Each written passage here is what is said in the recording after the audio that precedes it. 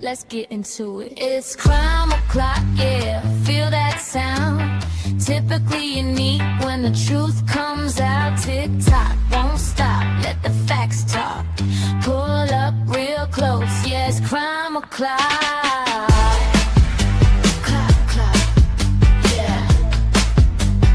Typically new, neon signs glow, brick wall behind me. Headlines loud, but they never define me. They rush the story, skip the proof. I slow it down, let it show the truth. Files on deck, read every line. Timestamps matter, so does time. If it don't fit, I don't force the frame. Ask one question, whole story change. No fear my voice, no need to shout. Paper speaks when you read it out. If the math's off, I'll circle twice. Truth ain't loud, but it ain't nice. Yeah. Read it again. It's crime o'clock, yeah. Feel that sound. Typically unique when the truth comes out. Tick tock, won't stop. Let the facts talk. Pull up real close, yeah. It's crime o'clock. It's crime o'clock. Read it again. They sell a narrative if I sell receipts. Courtroom quiet, but the pages speak. Word for word, no added spin. Let it stand, yeah, let that sink in. Screenshot save, timeline's tight. Missing pieces keep me up at night. If they say alleged, I say why. If they say case closed, I say try. No rush here, we do it right. Truth don't bend for the likes of hype. If you came for noise, you in the wrong spot. This is evidence, this is crime o'clock. Clock, clock, clock. Stay with me. This isn't background noise. This is pattern recognition. This is documents. This is crime o'clock. It's crime o'clock, yeah. Feel that sound. Typically unique when the truth comes out. Tick tock, won't stop. Let the facts talk. Say it with me now. Crime o'clock. It's crime o'clock. Typically unique. It's crime o'clock. Yeah. If you're here, you're early. If you're listening, you're paying attention. Show starts now.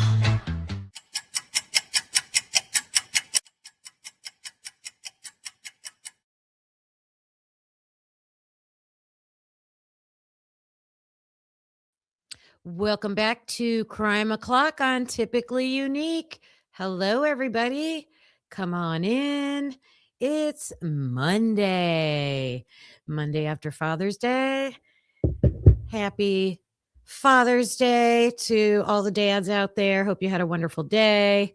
That's what I was doing yesterday.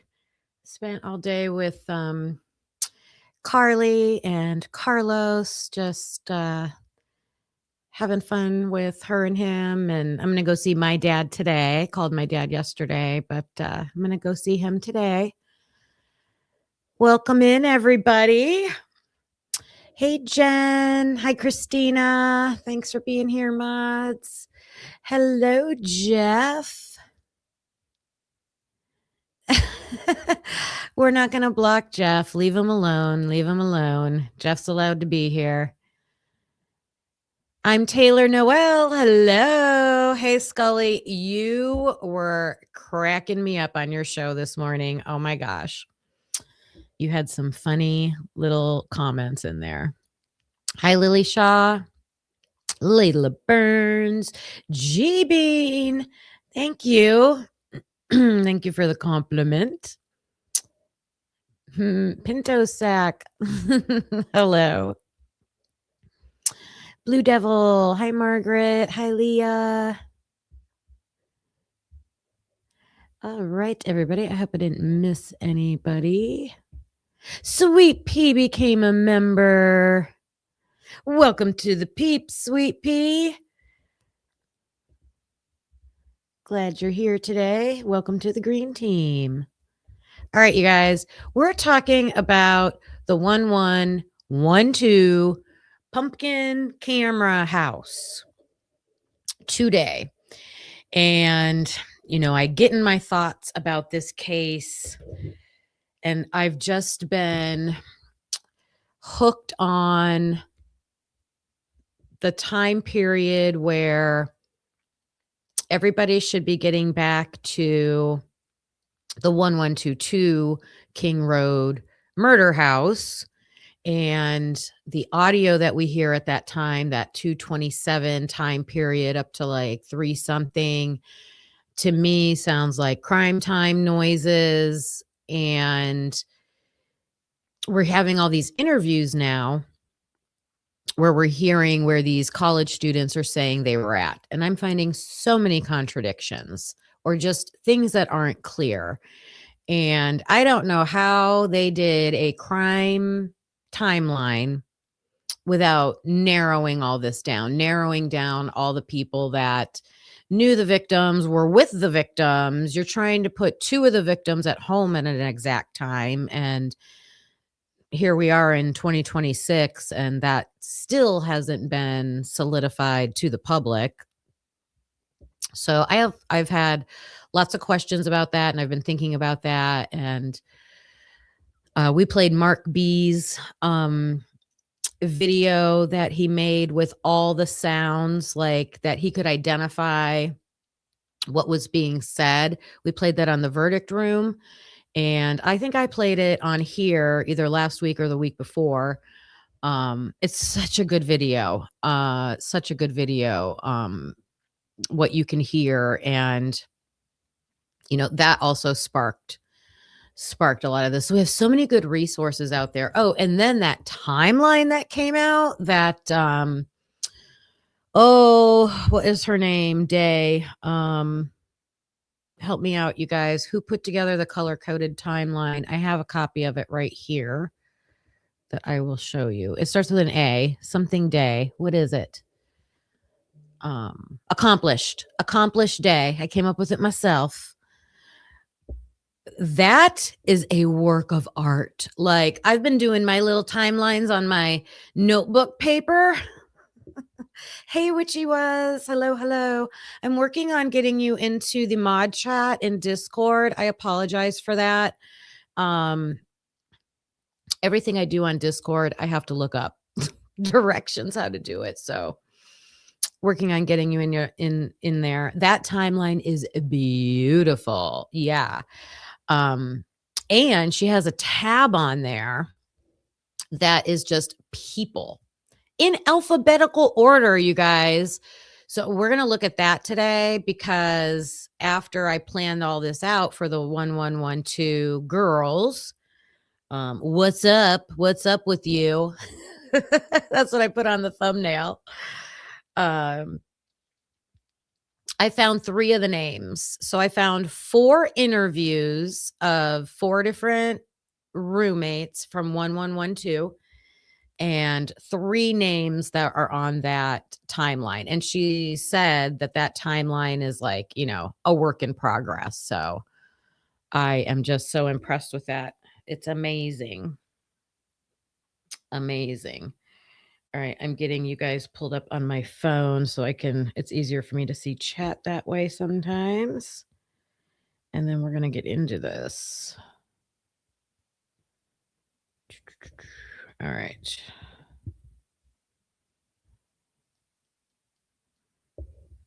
Hi, Love Tina. Good to see you.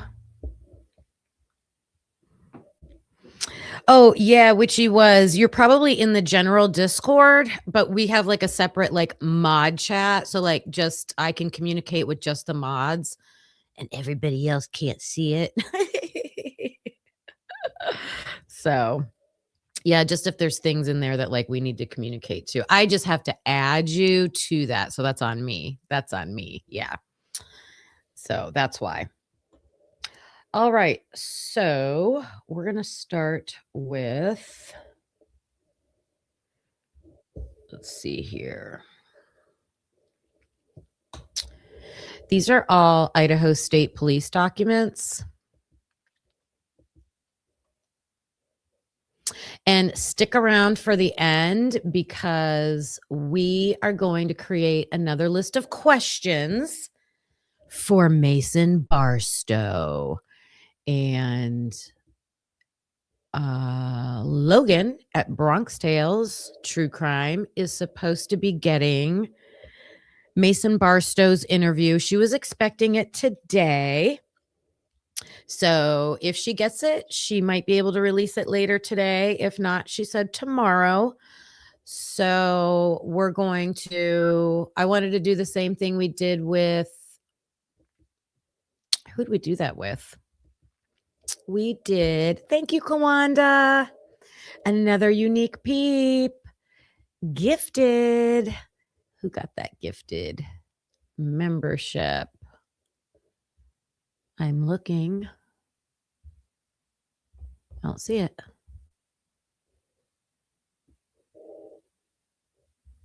Oh, no, that's different. Sorry.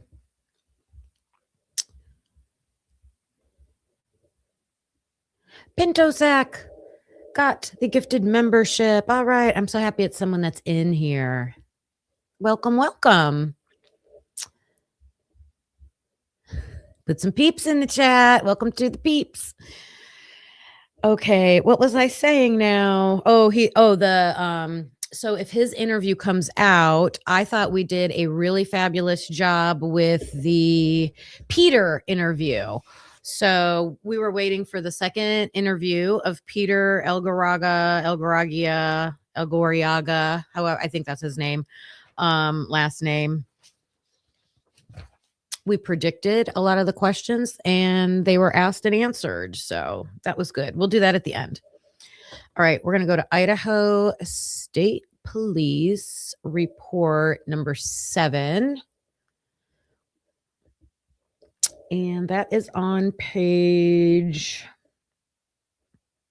28.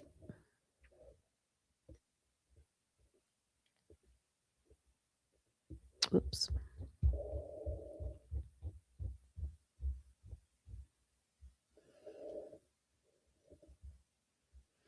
Okay, so this says, this is an interview from November 18th. I'll make it nice and big. So I can scroll back and forth. Take that down. Okay, you guys. November 18th, they interviewed this girl and her father was present. So that's interesting. So her backyard. Now, how do I know for sure this is a girl from 1112? You just have to look for clues in the document. So here's clue number 1, that her backyard abutted the 1122 King Road property backyard. So she knew Madison, Kaylee, and Xana. She didn't know Ethan. She was very close with Mogan and Kaylee. She was in the sorority with Kaylee. So she's an Alpha Phi. The rest of the house was in the Pi Phis. We know that. And she talks about Kaylee dropping the sorority because of financial cost. All right. So that's her reason. She says that Gonsalves was out of town most of the week, but had decided to come back near the end of the week to go to the Pi Phi formal on Friday with one of Kaylee's roommates. So she gives us some information about that.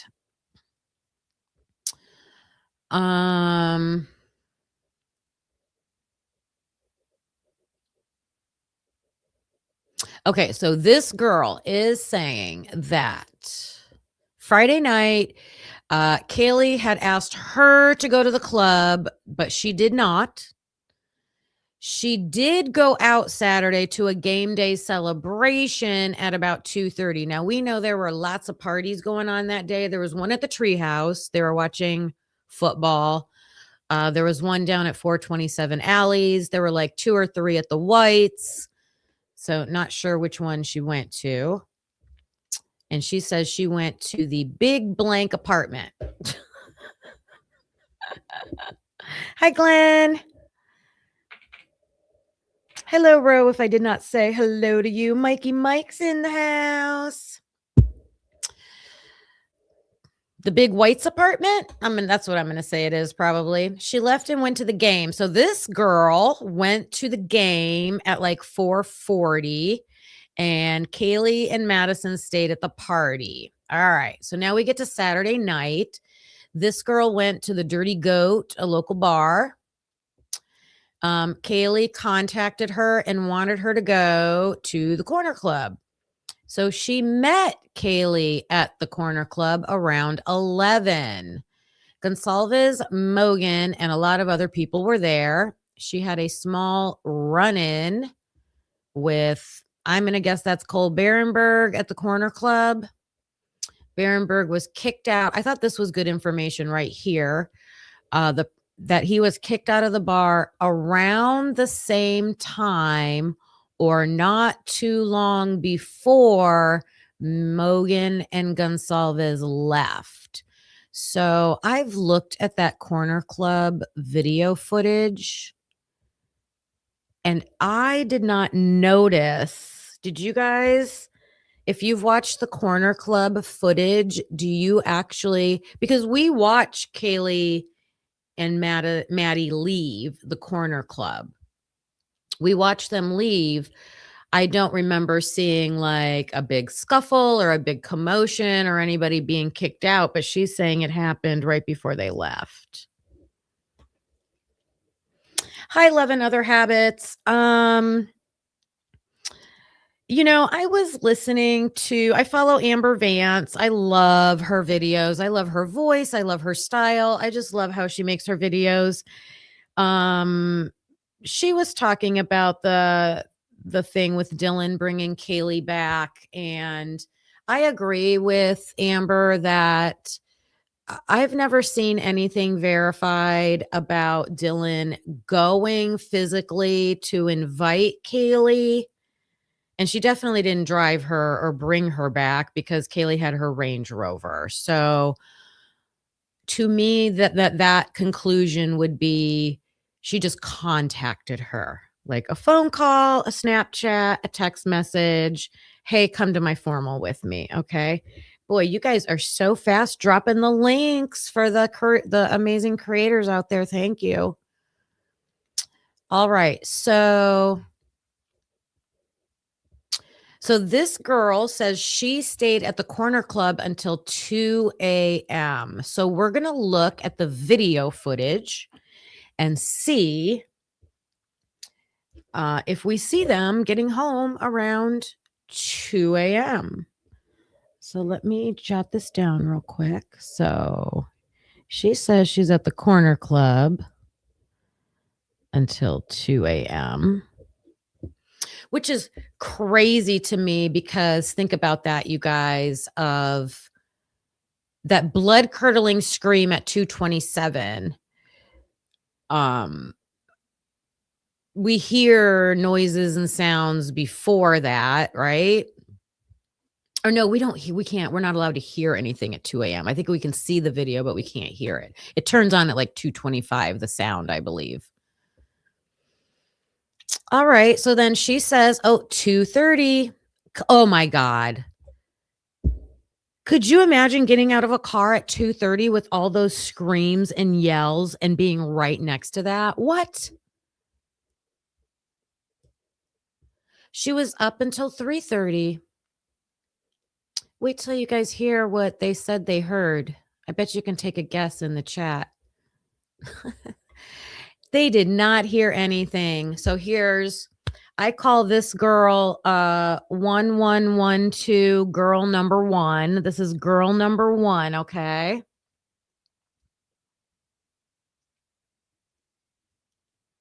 Oh, hey Glenn. I will tell her hello. There's a car that enters at 2:26. All right. Yes, I know Maddie Moy lives like behind. I'm thinking that these three are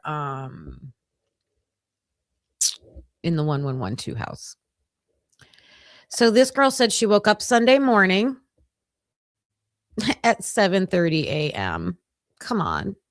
I don't think these girls slept, honestly. She had been in a different room than her own.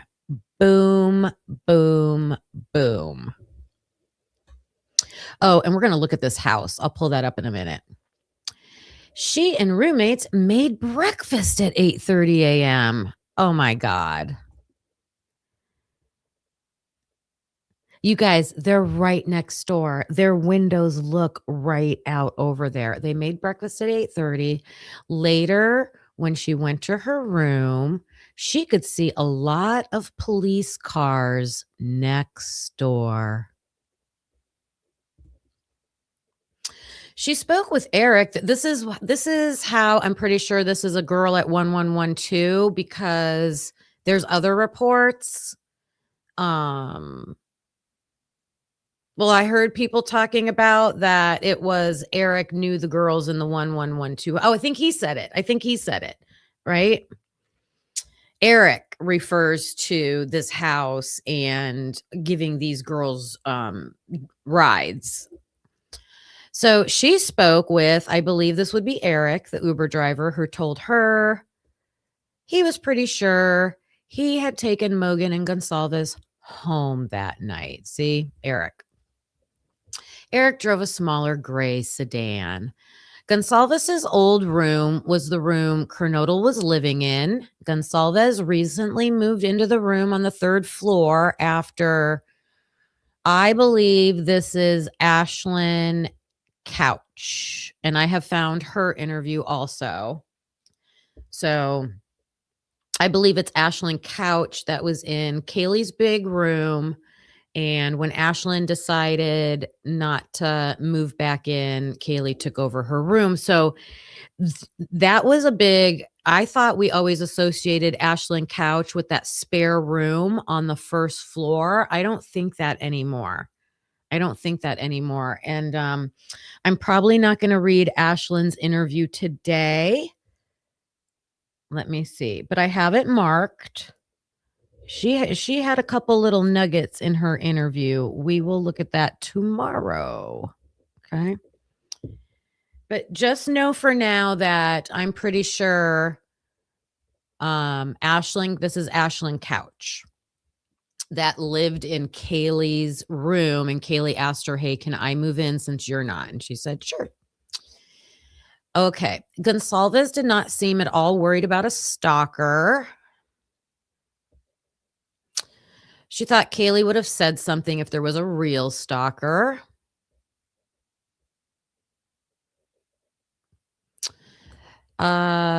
She would have been scared if she had a stalker. Instead, Gonsalves was planning events for them all the time. That's weird. Kaylee was planning events for them all the time.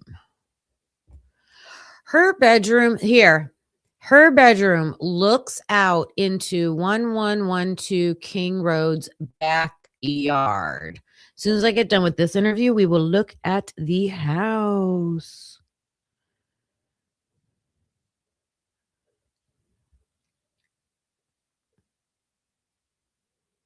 Hey, North Carolina mountain man. We have to find a connection. I think we could connect all of them to the drug world, in my opinion. Kaylee seems to be the outlier when it comes to the drug world, but maybe her role is the opposite of the three others. But that is a very good discussion question for sure there, North Carolina mountain man. All right, so this girl's bedroom window looks out into the backyard of 1122. She can usually hear anything. She usually hears anything going on in their backyard. I bet you do, girl. Murphy the dog at 1122 King Road usually barks a little bit, and she can generally hear it, which she didn't recall happening that night. Have you guys watched the video of Mark B's dog barking?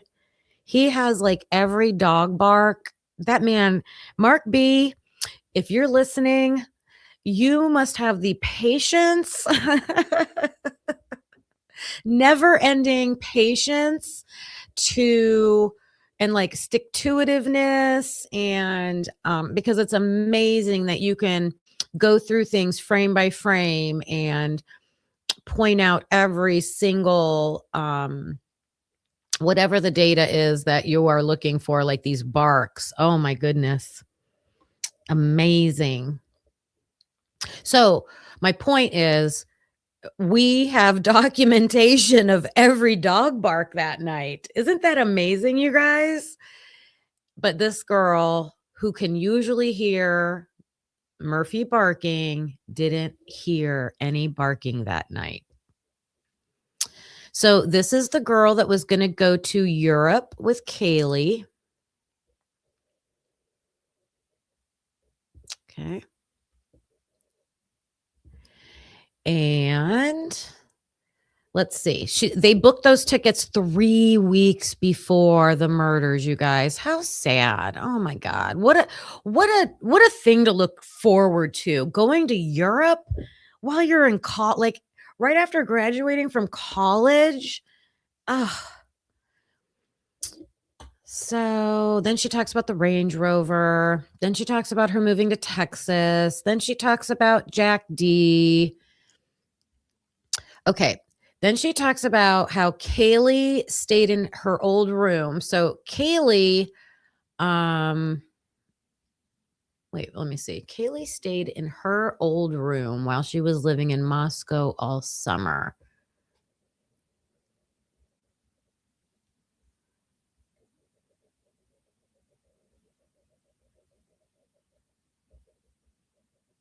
So whoever this girl is talking used to live in Xana's room. Isn't that interesting, you guys? I don't want yellow.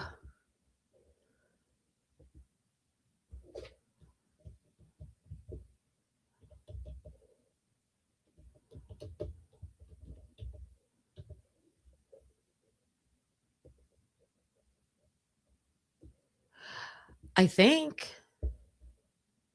Why did I think Kaylee was staying in Xana's room over the summer? Let me keep reading this. Gonsalves only had one roommate during the summer.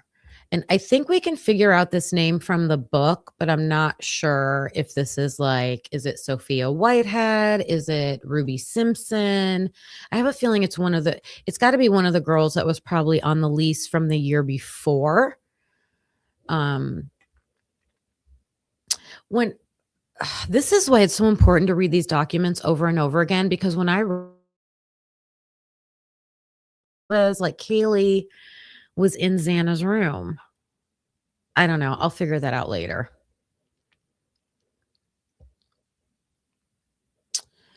Okay.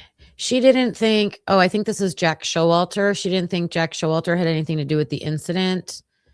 Someone showed a video from a party earlier on game day, which showed I think this is Showalter, like what he was wearing. Okay.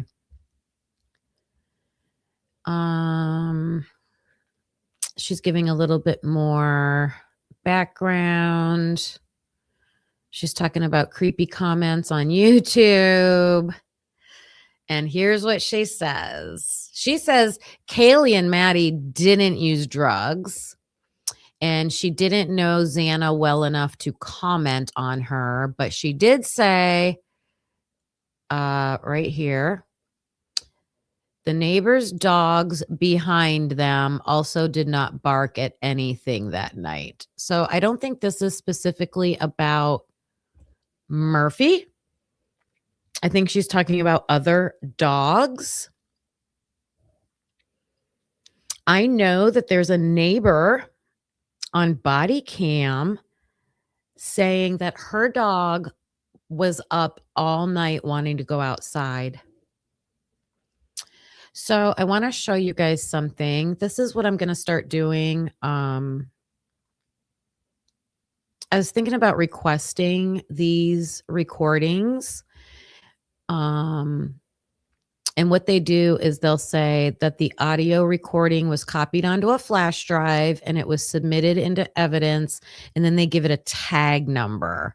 So this is what I had to go back and find for Kaylee McConkey was her tag number.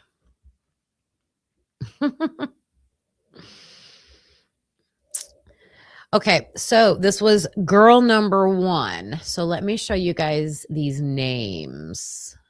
Thank you to Accomplished Day. And I am not an Excel user. Excel, how do I make this bigger? How do I make this bigger?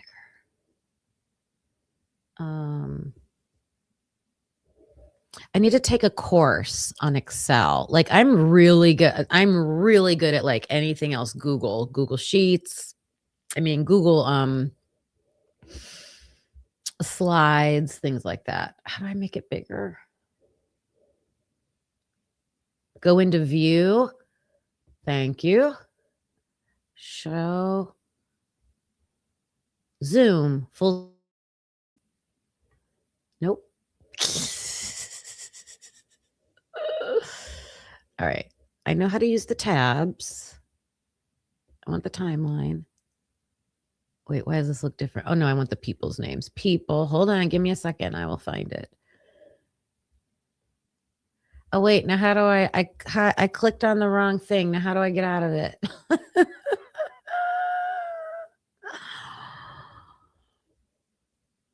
How do I get out of the full screen? How do I get out of full screen?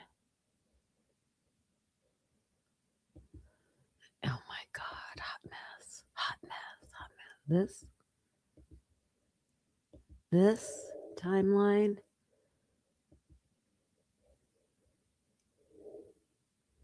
Master, legend, people, update. I'm sorry, you guys. Oh no, what did I do? Let me read your directions. Kim, do I see a minus plus at the bottom of the Excel to the right?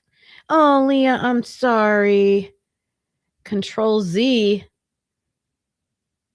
I'm trying to make it big so you guys can see it. It should have a plus and a minus. There's a plus. Oh, that's to add a tab. I know that. I know that's to add a tab. I don't want to add tabs. All right. I will just show you, and you just have to trust me. The only other thing I know how to do is to do this. There. Just do it like that. How about that? So so this is Accomplished Days spreadsheet, and this is the tab of people, and you can see they are alphabetical by last name, their initials. So when you see them in a document, you can see the initials, male or female. If she found an interview date, she put it in here. Now, I think I don't know if this is like a collaborative document. I don't think it is, but I've got some things to add already to this. So,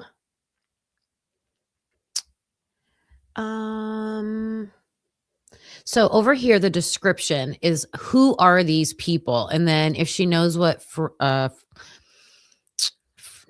can't talk today, sorority or fraternity that they're in, she puts it. So I just scrolled over here under the description and I was looking for 1112 and I found 3 of them. So, I mean, she's got everything on here, like cadaver dogs, Brian's neighbors, a possible crush on Kaylee. Like, we'll have to go over all of these. Just these names is crazy.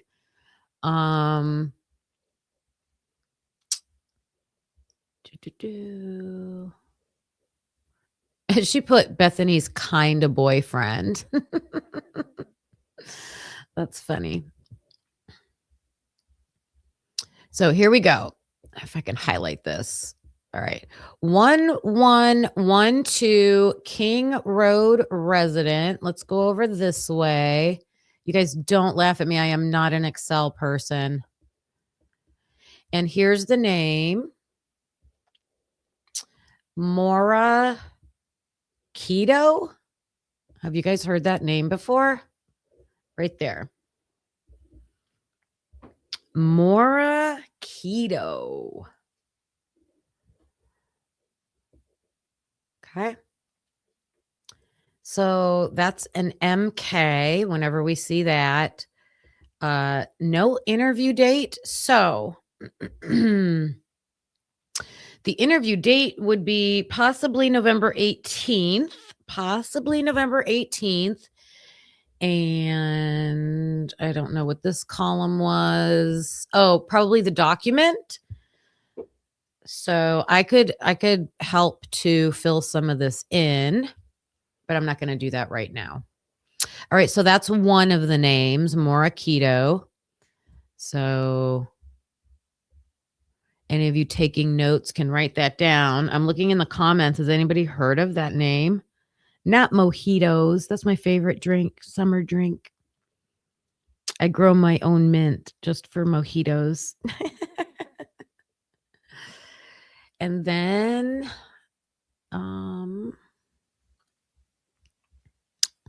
okay, 1112 King Road resident right here.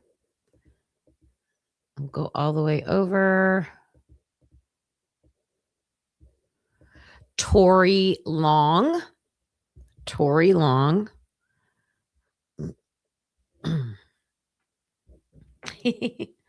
You need limes and mint for those mojitos. So Morakito, Tori Long, and then there's one more on here, unless if I missed the fourth one.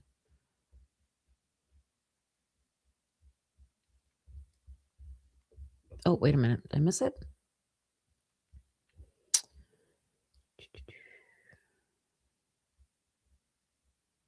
I missed one. We just did that one. There's 3 of them. There's 3 of them on here. I should have wrote down what, here we go. Neighbor who provided camera footage 1112 King Road. So this must be the girl that came out with the little disc thing. Paige Carter. So Paige Carter, Tori Long, and Mara Keto are the 3 names that are on this document. I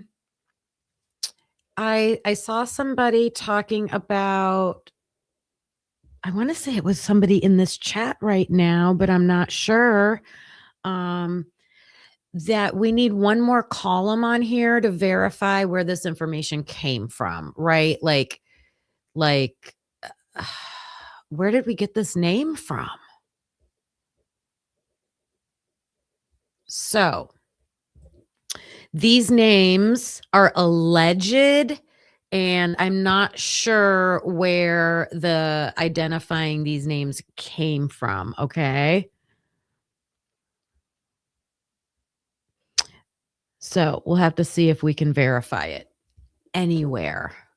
And one of the ways to do that is to look for initials, listen to interviews, see if we hear, you know how we do it. You know how we do it.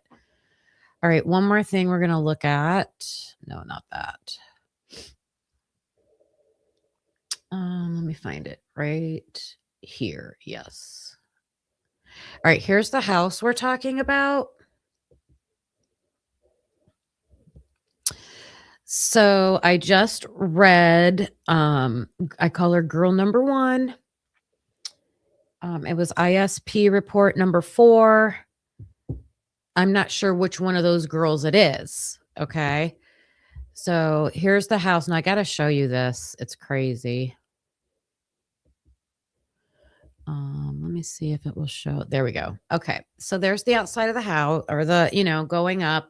You can see the big space there.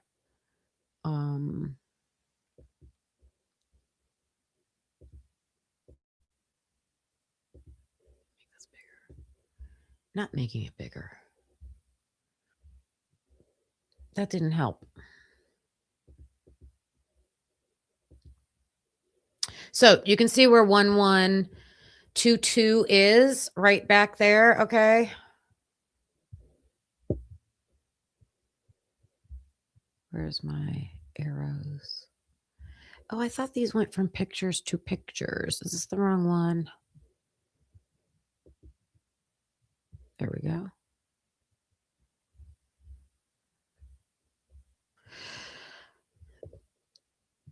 So this house has a downstairs. So there's like street level of the house and then like a basement level of the house.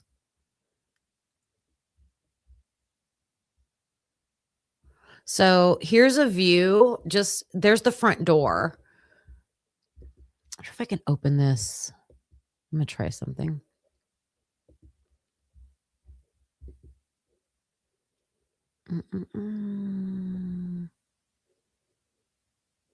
Okay. Share this tab. Look how clearly they can see Jack Decor's house, you guys. Look at that window right there to the right. Look at Jack Decor's house.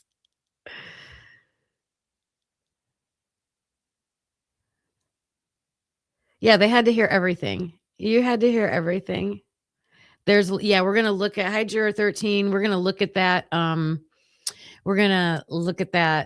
Footage, listen to what we can. So, you know, when we see the police officers go up to the front door, it always seemed like to me, it seemed like there was a lot of people like standing around the front door, like congested. It's kind of weird how their counter comes way out there, like pretty close to the front door. Not a lot of space right there, but that's the setup. Okay. Oh, I can't. Let me do this. So the kitchen, let me see if this one.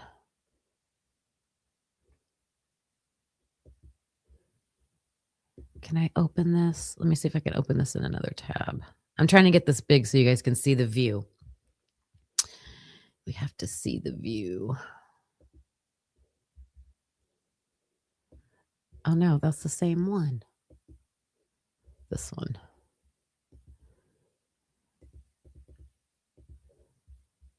Okay, here's the kitchen. So there's the kitchen. Now that window isn't that looking straight at the Moyes? I'm not sure what house that is. Let me see. It's definitely the fenced in area. The fenced in area right there. So that's their kitchen window view.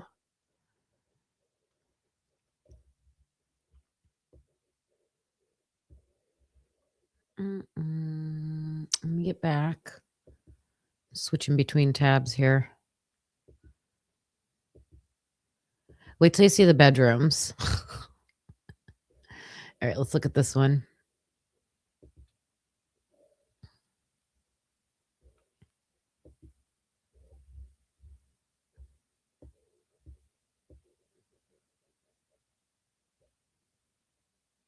Look at that. That's one of the bedrooms. Would that be right at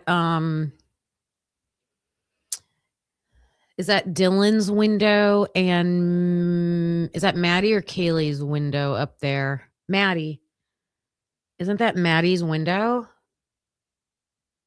Right there. You can't see it. Oh my God, I'm sorry. Oh, I got to switch the tab. That's why. Let me switch the tab. Thank you for letting me know.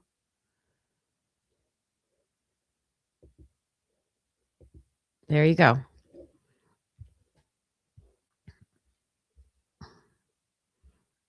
Kim, we can't see it.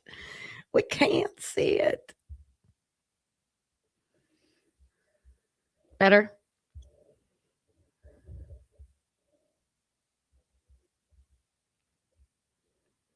So this is one of the bedrooms. So this still must be on the main floor. This has to be like on the main floor of the house. So I believe there's a couple bedrooms up there. Look at that. Right there. So close. So think about that. Think about hearing that on that camera. The camera's outside. This looks like it's the side of the 1112 house. The camera house is like the side looking at 1122. All right, let me go back.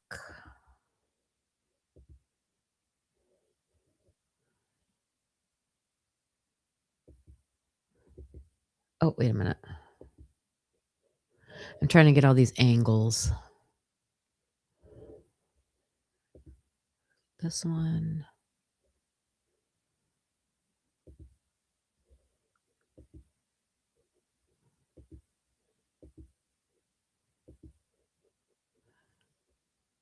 I'm closing the tabs we already looked at. Sorry.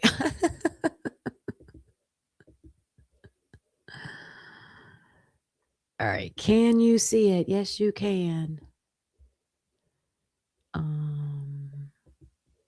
I'm not sure if this is the same view or not. I'm just checking.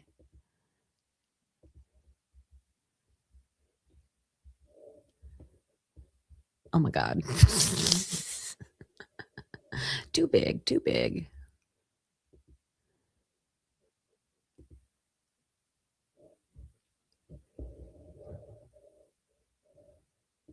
I'm fixing it. Hold on. I can't tell what this one's looking at. Okay, we'll go back. Oh, I didn't open the new tab. Where'd it go? Okay.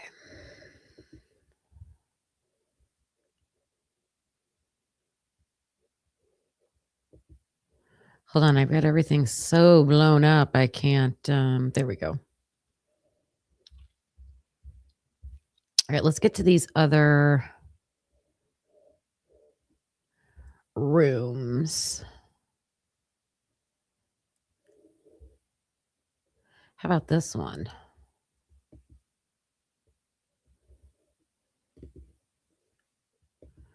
Open a new tab.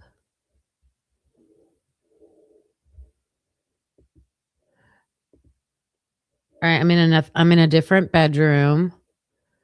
I can't tell what floor this is yet.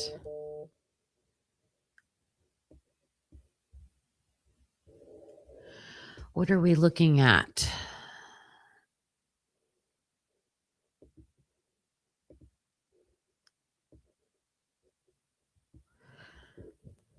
I can't tell that one. I can't tell that. That might be looking at the Shark Tank next door or the road. I'm not sure about that one. Okay, that one's not good.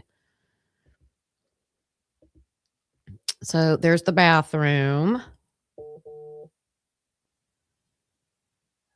This bedroom's looking at the Shark Tank next door. And then there's there's got to be a better. They're not going to show the rooms at the back of the house. Get out of here.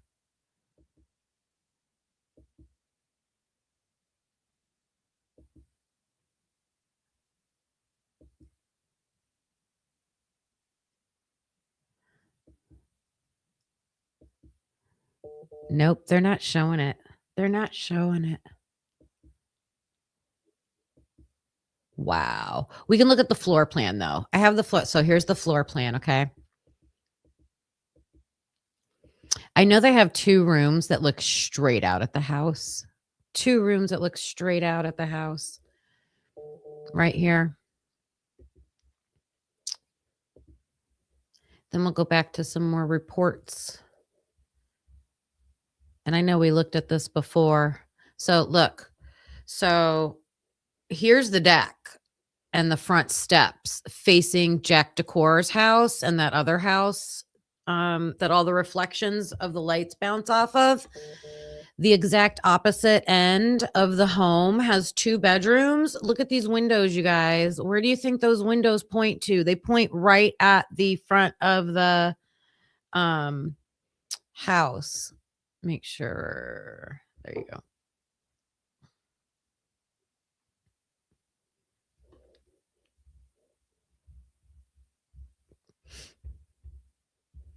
So wait till you hear what some of the girls did.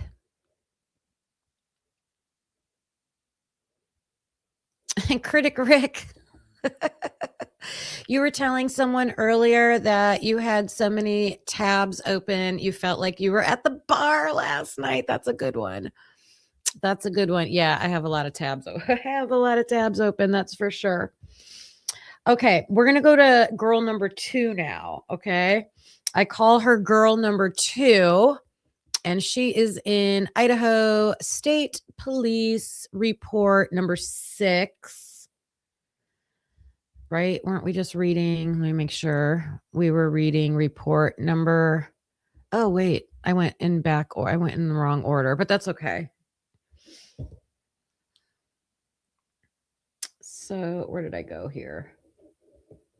7. Okay. So that was one of the girls. We're going to go back to ISP number 4.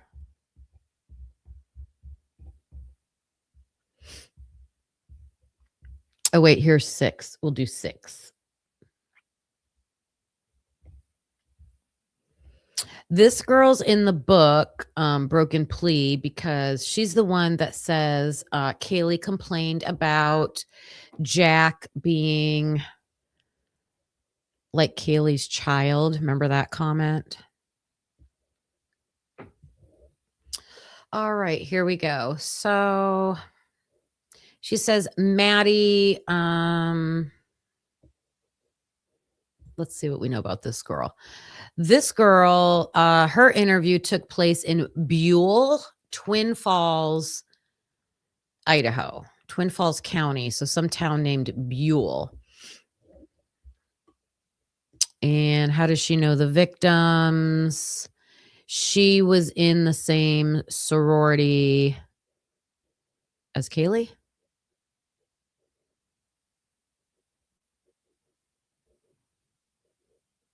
So those girls in that house right next door must have been Alpha Phees. They must have been Alpha Phees.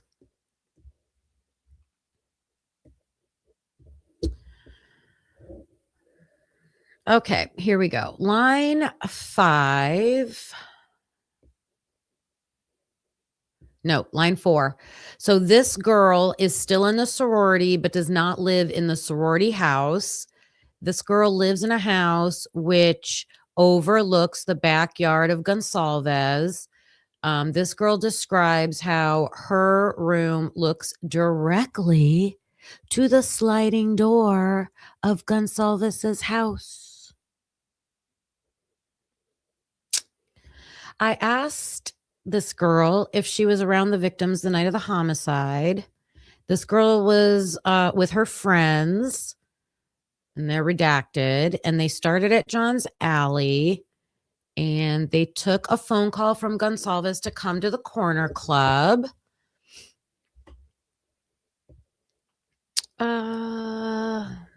So this girl and her friends, they went to the corner club, and this girl's friends slowly left from there, so they didn't leave together.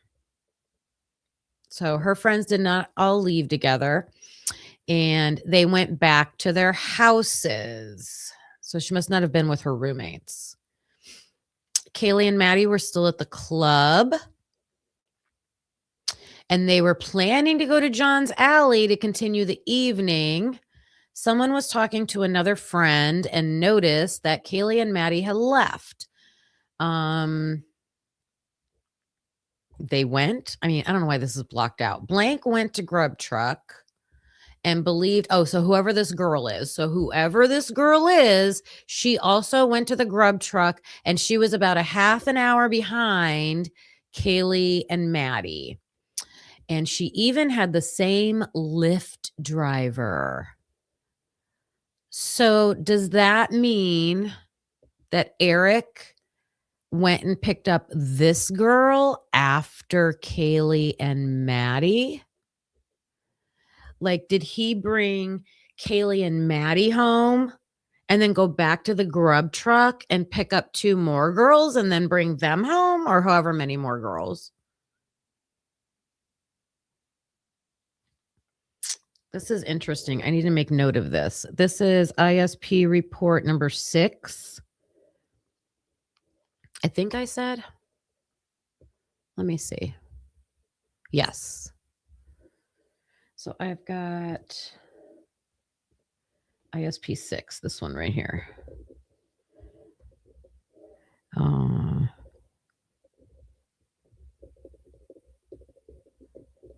Did she take Eric the Uber after Kaylee and Maddie? That would be interesting. Yeah, we're going to come to some more Eric information after this. Sergeant Cortez asked if she had any further contact with the girls, and she didn't. 2 people fell asleep in blank room. Blank and blank fell asleep in blank room. So did 3 of those roommates in 1112, the pumpkin house, the camera house, they were all in one bedroom together that night? And then this girl says she went to someone's room for the night. I think these girls were all in one room together whenever they were there. I don't think they slept much. But I think they were all in one bedroom.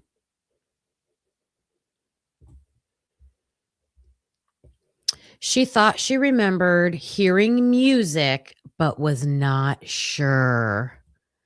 I thought I heard music, but I'm not sure. It was just the night of a quadruple homicide.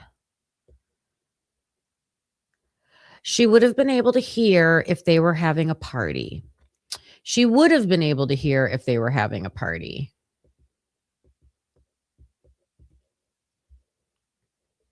So she's saying she didn't hear that. She did not hear. She thought she heard music, but she wasn't sure. And if they were having a party, she would have known. So then she says, this is where I have the star right here. So this person got a video from her friend. I don't know who the friend is, of someone else on her bed snoring.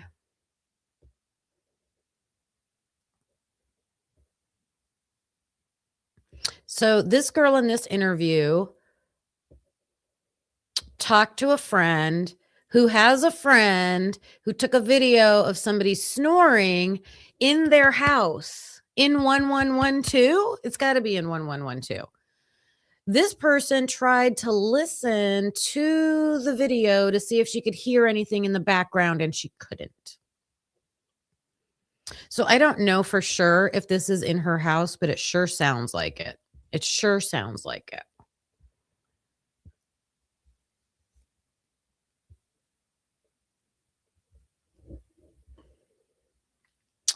Sergeant Cortez asked if she was aware of where they were before the corner club.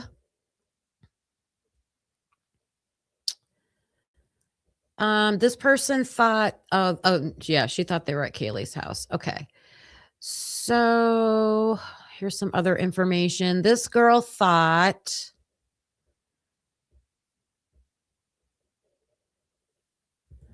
Kaylee was in Coeur d'Alene. And wait, let's read this. I'm going to read this whole part 10 right here. Sergeant Cortez asked if she knew where they were Friday, and blank knew. So whoever this person is, she knew that Thursday night was a sleepover night. You guys, look how they wrote this. It's not supposed to be a sleep like I went to sleep. It's supposed to be a sleepover. a sleepover. So Thursday night was a sleepover night at the Alpha Phi house. And Kaylee was not able to go to that because she was not in the sorority anymore. So Thursday night, supposedly all the Alpha Phis are sleeping over at the Alpha Phi house. She thought Kaylee was in Coeur d'Alene. And this girl told her to come back. So one of her friends in 1112 told Kaylee to come back. That's not Dylan. I mean, they both could have. Dylan could have been like, hey, come to my formal with me. And this girl could have been like, yeah, come back. She thought Kaylee came back Friday and showed people her car. And she didn't think that they did anything Friday night. And then they talk about the stalker. Here's where she says that Kaylee calls Jack her child. Oh, so this is where I wanted to get the name for this one. Let me see if I get a name for this one. It's in the book. It's in the book somewhere. Kaylee.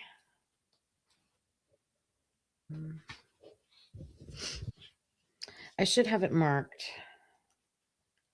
Hopefully I can find it quickly.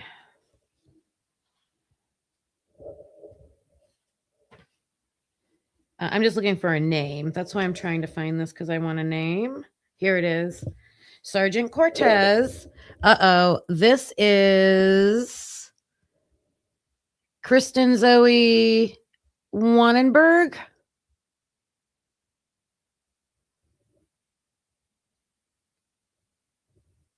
Do we know where she lives? Does she live at 1112? On November 18th, David Cortez and Chris Polhanka interviewed Kristen Zoe Wannenberg, who told them she had been a sorority sister of Kaylee's before she dropped out of Alpha Phi. Yeah, this is everything I just read.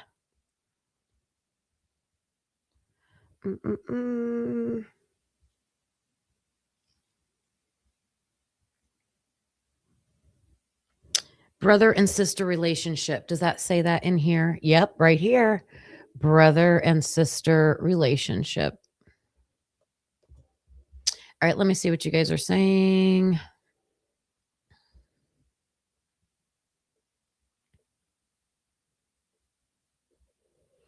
Who is saying 1122 wrong?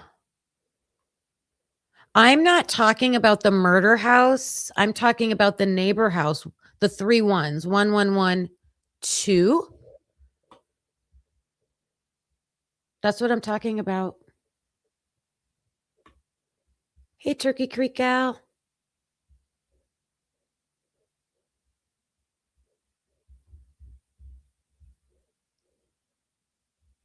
Did that help clear it up?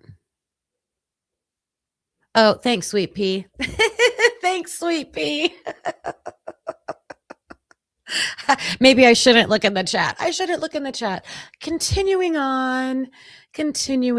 This is fascinating to me to be able to the only thing I'm not sure of, but at least I have a name. So we do know that report number 6 now is Kristen Zoe Wannenberg, and I believe she goes by Zoe.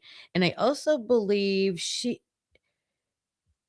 one of Jack DeCour's roommate's girlfriends.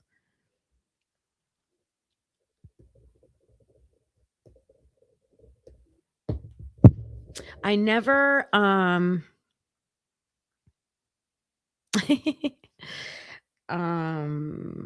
never placed her in that house. All right, so that was girl number 2. And now we're going to look at ISP 4.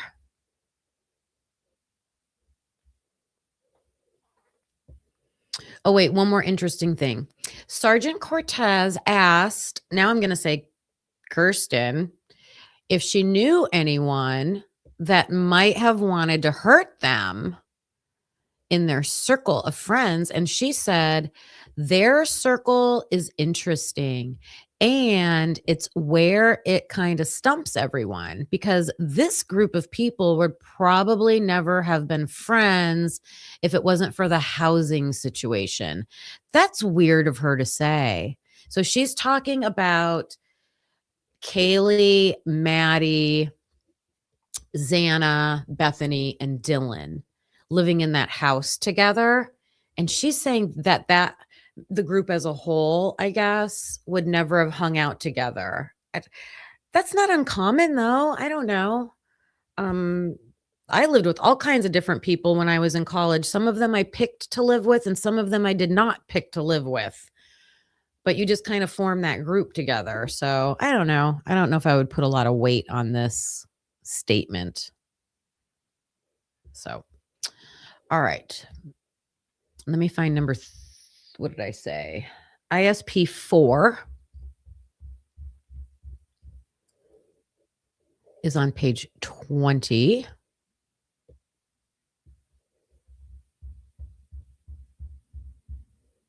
I hope giving the page numbers and the document number helps you guys.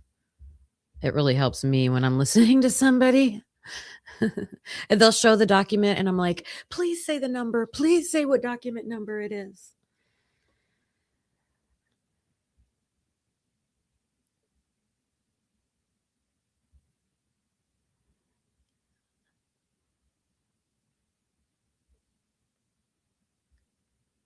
Skull's talking about pancakes.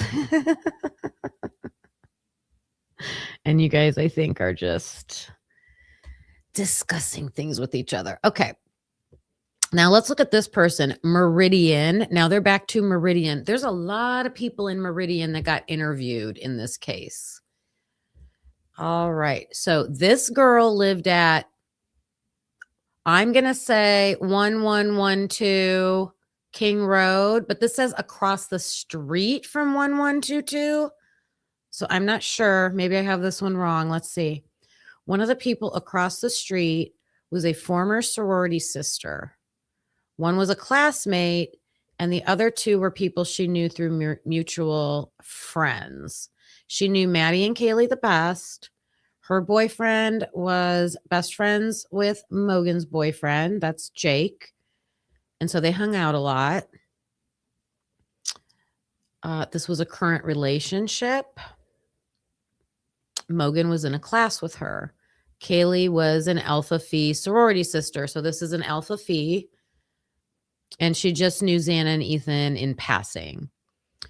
She has lived at, if this is 1112 Pumpkin House, Camera House, for just the semester and is currently a senior. She lived in the sorority house for 3 years, and this is the first year outside the sorority. She has been inside 111. Sorry. She's been inside 1122, the crime house, multiple times, with the last time being in September. So she's saying they came to her house more than she went over to their house. And she's known Kaylee and Maddie for 3 years.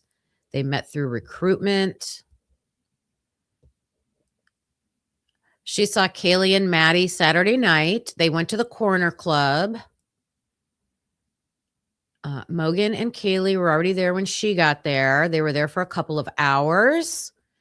She was really drunk. This girl was really drunk. And then she left before Kaylee. So one of the girls said she left after Kaylee and Maddie. And this girl's saying she left before.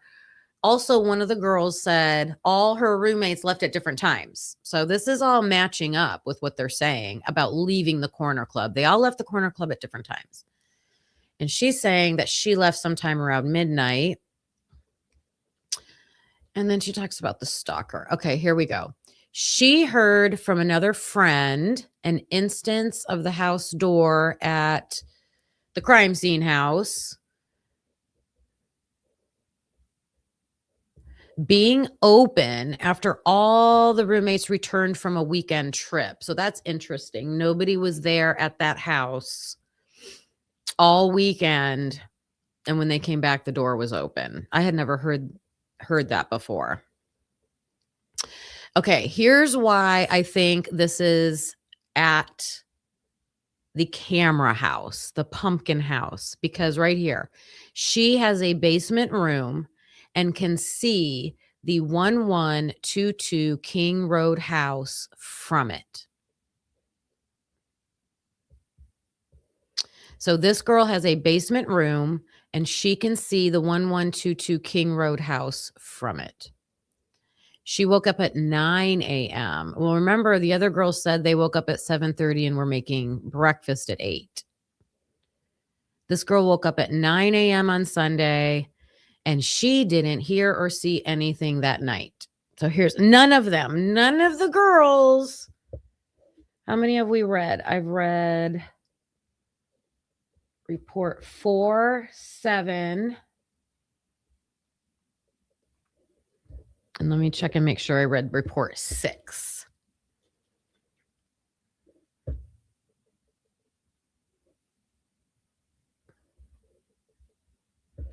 She also says the crime scene house did not have a party Saturday night. They did not have a party Saturday night.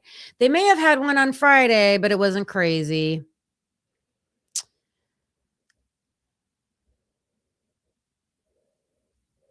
Mogan and Jake were a solid couple and had dated for a year. Jake, was with her boyfriend in Boise that weekend. So this girl has a boyfriend in Boise. Now, see, notice this one, you guys. This one says the interview concluded at 12:52 p.m., but it doesn't have a tag number. It doesn't have a tag number. So if I were to request this, I think they'll say, oh, it doesn't, they didn't record it. They didn't record it.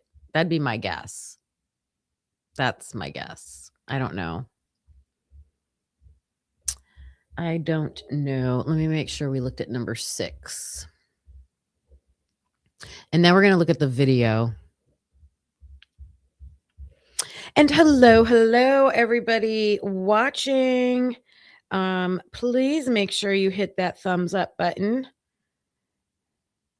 Mods, if you want to keep a tally on the likes, is it matching? Do our likes match how many people are hanging out with us today?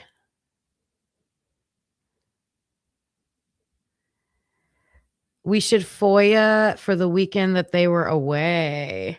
Yeah, I'm wondering what that was. Like, did everybody just go home that weekend? Was it like a holiday weekend or something?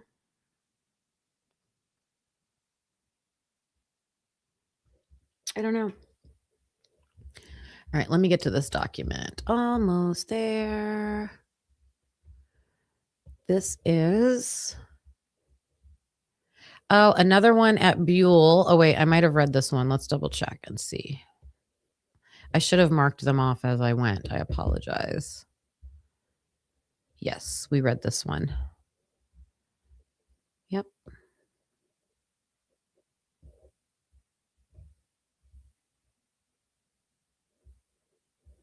Yeah, this is the one with the girl snoring her child. This is the one I thought was Zoe. Oh, wait, I don't think I went all the way down. I stopped here. There's more, you guys. There's more. This is Zoe. This is Kristen, Zoe Wannenberg. And this is interesting. Here we go. I didn't scroll down all the way to these. This is paragraph 20. I told her if she can think of anything. So this is the officer telling her, of course, if you think of anything else, give us a call. She mentioned how she would hear the dog Murphy bark, and she never heard him bark that night, you guys. Murphy never barked that night. Someone had the television on and thought she had gone to bed around 3:30 a.m. So remember, one of these girls in the pumpkin house is saying pretty much that all of them are in one bedroom, okay? We've got another girl saying that one of them is snoring and someone video records the snoring. We've got another person saying the TV is on. She would be able to hear anything going on in the house over at the crime scene house since the windows are really thin. So Dylan said the same thing. Oh, you can hear everything inside the house. And this girl saying, "Oh, we could hear everything over at that house because our windows are really thin." She could even hear conversations in the backyard. Not yelling and screaming, just talking. So think about that. If she's saying if I was in a closed house, she's not even saying the windows open. The windows are closed. She could hear them having a regular conversation in the backyard. So now think about the camera that's on the front porch and hearing screaming and yelling. That just helps me believe more that the camera would pick up those sounds. It doesn't have to be coming from inside the pumpkin house. G Bean, you are feeling like I am. Yeah, wow. Sergeant Cortez asked if the other roommates would have anyone who would want to hurt them. She thought everyone in the house were amazing. Why does she say this? She says Gonsalves's boyfriend blank blank was in Boise. So either this is a typo, maybe they meant to put Maddie.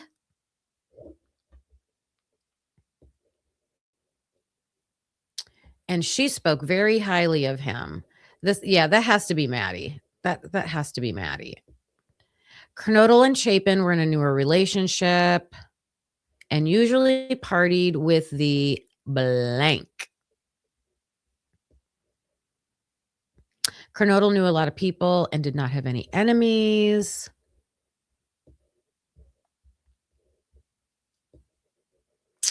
And then she just complains about people writing funky stuff on Instagram. People writing funky stuff on Instagram. Okay.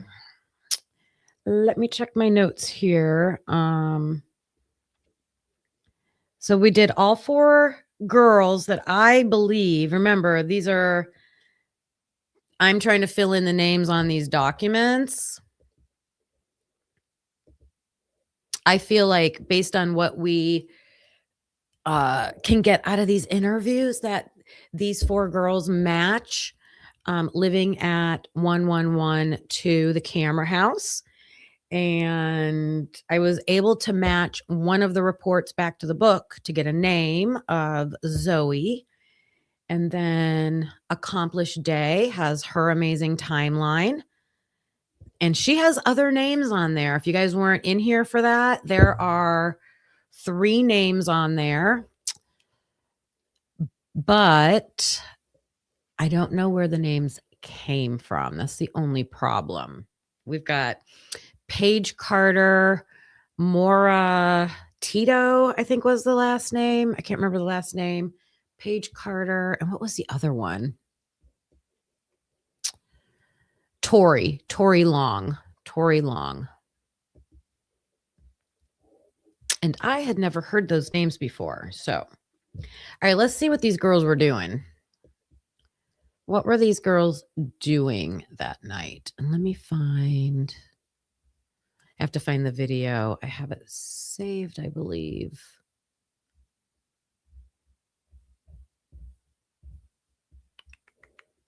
Shared with me. There we go.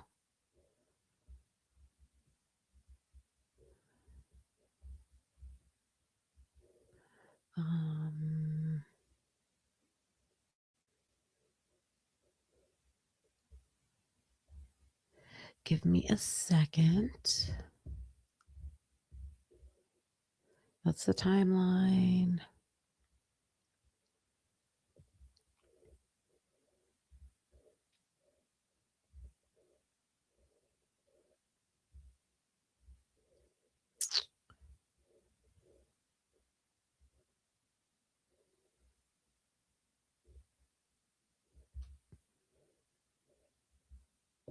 It's got to be in here. I know Jules was the one that has it, so I had to find the right folder. I don't think this is it. Oh, here we go. I made my own folder.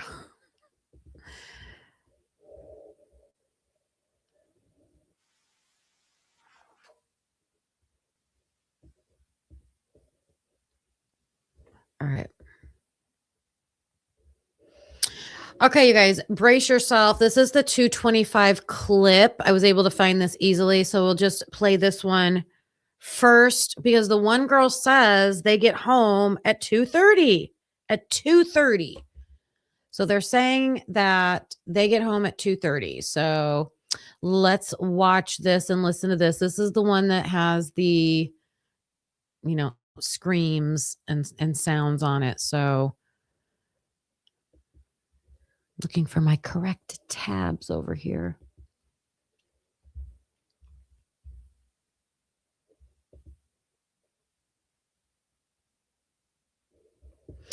So we'll just give that quick little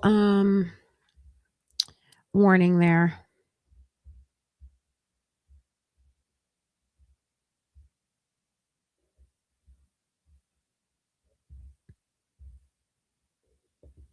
Okay. Let me go back. There we go. I know, Sweet Pea. I know.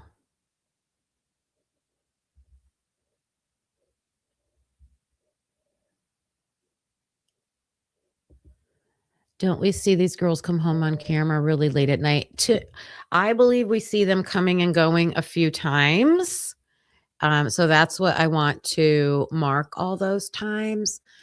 What I just read in the interviews was one of the girls saying that they were all at the corner club, but they all left the corner club at different times. And I just remember one of them saying that she got home around 2:30. And I think it's the girl that said she went to the grub truck.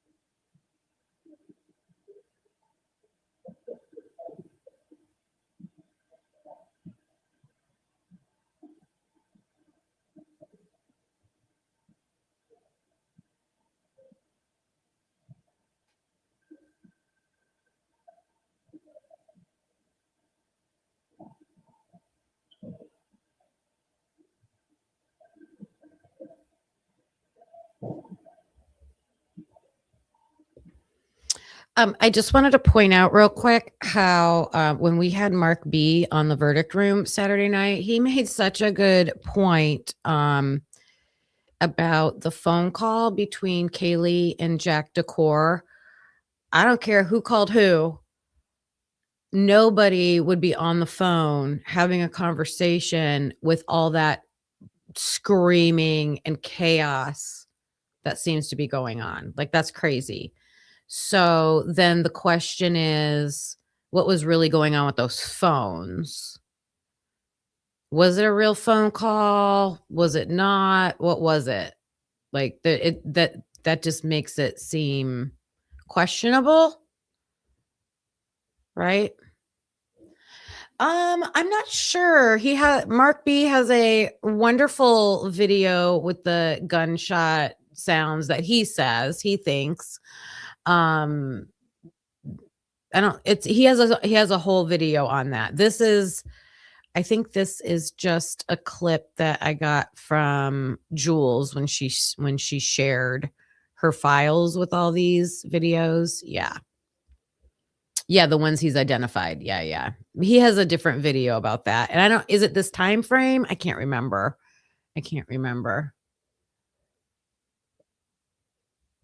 Yeah.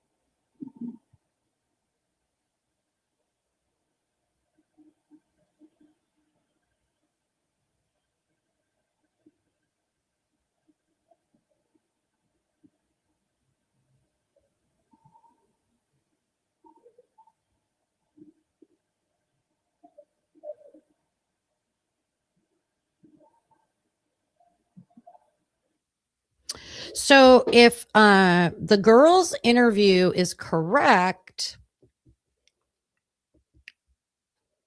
saying that she also took an Uber home from Eric, let's see, we would have seen that. I don't know. I think that's the 2:30 time frame she's talking about. So we should see Eric Gower coming back or a car like his around that time. So those are the types of things that I'm looking for. I know I've listened to this so many times, it gives me chills every single time. You can't help but, to me, anyways, you can't help but like imagine what you think might be going on at that time. Mm.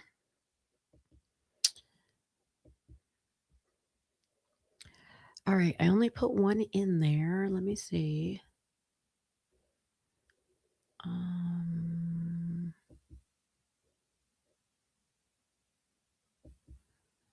I got to find the other times of it.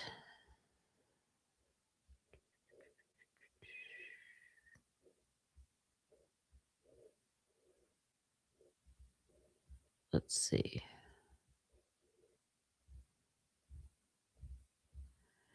If I don't, nope. Nope. All right, here's what I'm going to do.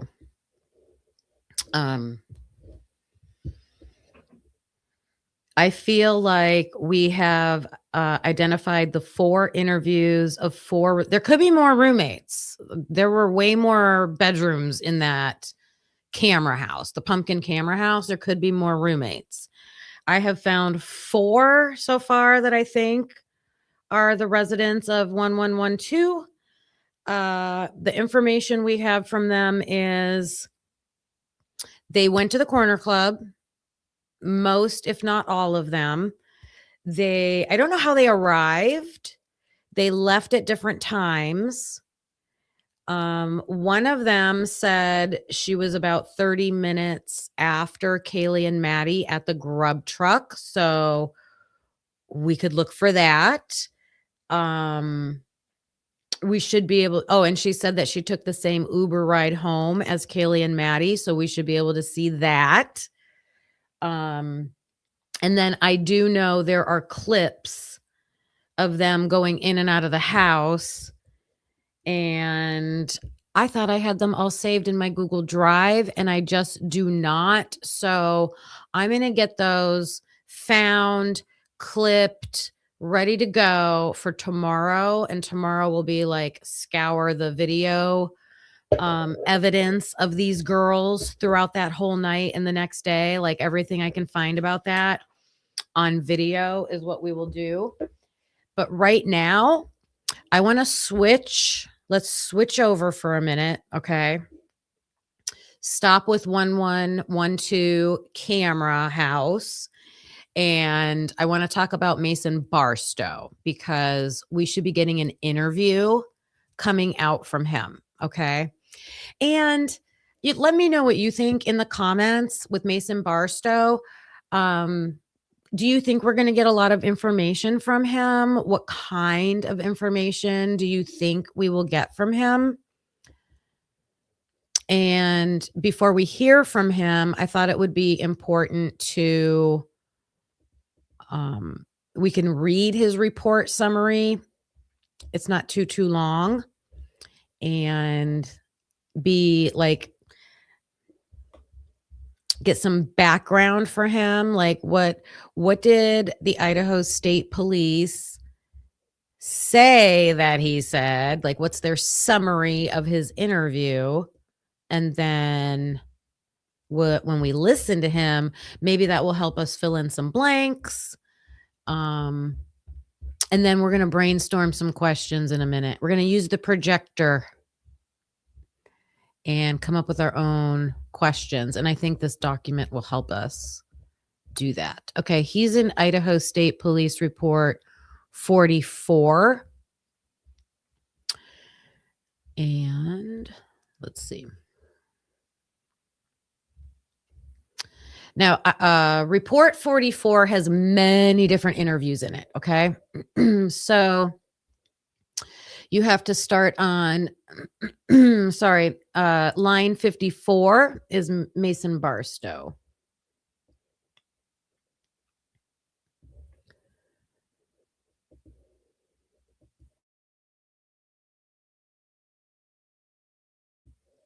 So here's the backstory behind Mason Barstow. Now there's 2 Masons. There's a Mason Bangman, Juror 13, that you might be talking about with Xana. I'm not sure about that. It's Mason Bangman that dated Xana. It's Mason Barstow that was dating Kaylee. And to make it even more complicated, Mason Barstow, who we're talking about, that's whose interview is coming out. Xana was his little. Okay, so Mason, Mason, Mason, Xana, Xana, Xana. There's actually 3 Masons. Oh my gosh. Oh my goodness. The first time I heard the name Mason was on that soap opera that took place in California. What was it? It was my favorite soap opera. It had Eden and I can't remember. Oh, Mason Misery. Yeah. That's right. So Mason Misery is a Sigma Chi, and the other 2 Masons are Deltas. Santa Barbara Blue Devil. That was my favorite soap opera. Yes. And they had Mason. Remember Mason was on there? Hi, William Tardy. I loved Santa Barbara. That was like the new 90s soap opera. All right, let me get this queued up here. You can't see it. And I got to add it to the stage. Okay. Mason Barstow. So they want to know his knowledge of the fraternity and the homicide. So he was interviewed November 18th. Lots of interviews took place on November 18th. He says that Xana Kernodle was his Greek little, okay? And he said that a Greek little is not someone you pursue. It's just a friend who becomes like your family. He told him, he had a big, I thought this was weird. So someone older than him that's probably already graduated, told him to hang out with a few different houses. And he names the few different houses, but we don't know what they are. They are redacted. They would have events where only their littles were invited. So only your big and your little could go to these parties. And he was the vice president, I believe, of Delta Tau Delta. Okay. Now, back to Amber Vance for a minute, you guys. She had a really good theory, which makes so much sense to me. This makes so much sense to me. So, let me do this.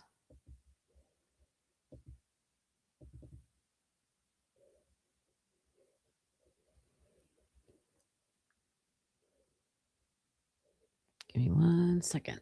Oh, it's not plugged in. It's not plugged in.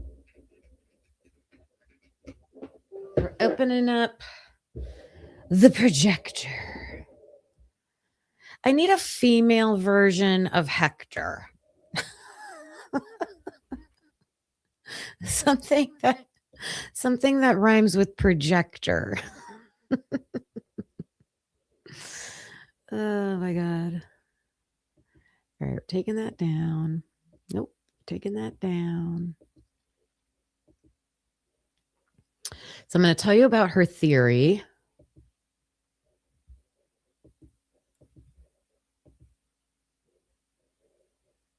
Here we go.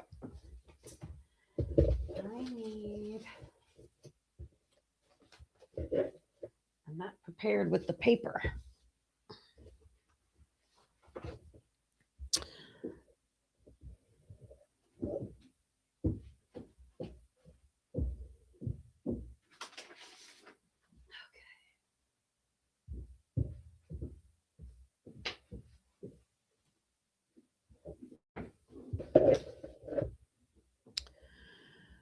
What am I sharing?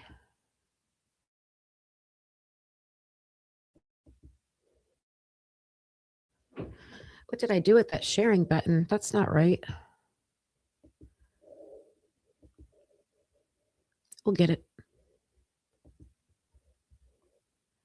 A window? Yeah. It's not on, that's why.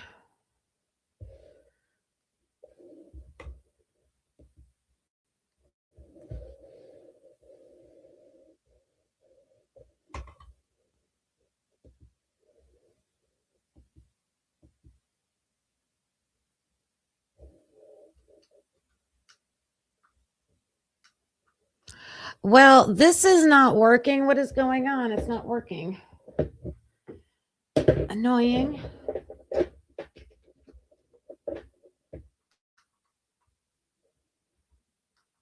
There we go. Light. There we go.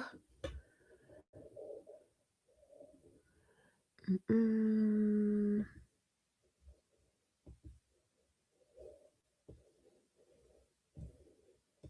Hold on. It's technology. It's giving me a hard time for a second, but we'll get it. I think we'll get it. There we go. It wasn't showing up. It just showed up. It was taking its time. Here we go. Oh, you guys, Dago's good. He was just spending time with his family yesterday for Father's Day, just like I was. That's all. That's all. He said he'll be back today. He will be back today. All right. So here's the theory that Amber Vance was talking about. So we've got Jack Showalter, and he's a Delta Tau Delta. Okay. And Jack was seen, he's with Maddie and Kaylee. And lots of people are like, why were they together? Like, why was Jack Showalter with Maddie and Kaylee? Like, so weird. Okay. But here's the connection that Amber was talking about. And I thought this was so, it made sense. It just made sense. Don't know if it's 100% true, but Maddie is known to kind of hook up and be with Connor, right? Connor Chestnut. And you will hear Mason Barstow say he met Kaylee through Connor. So think about that. So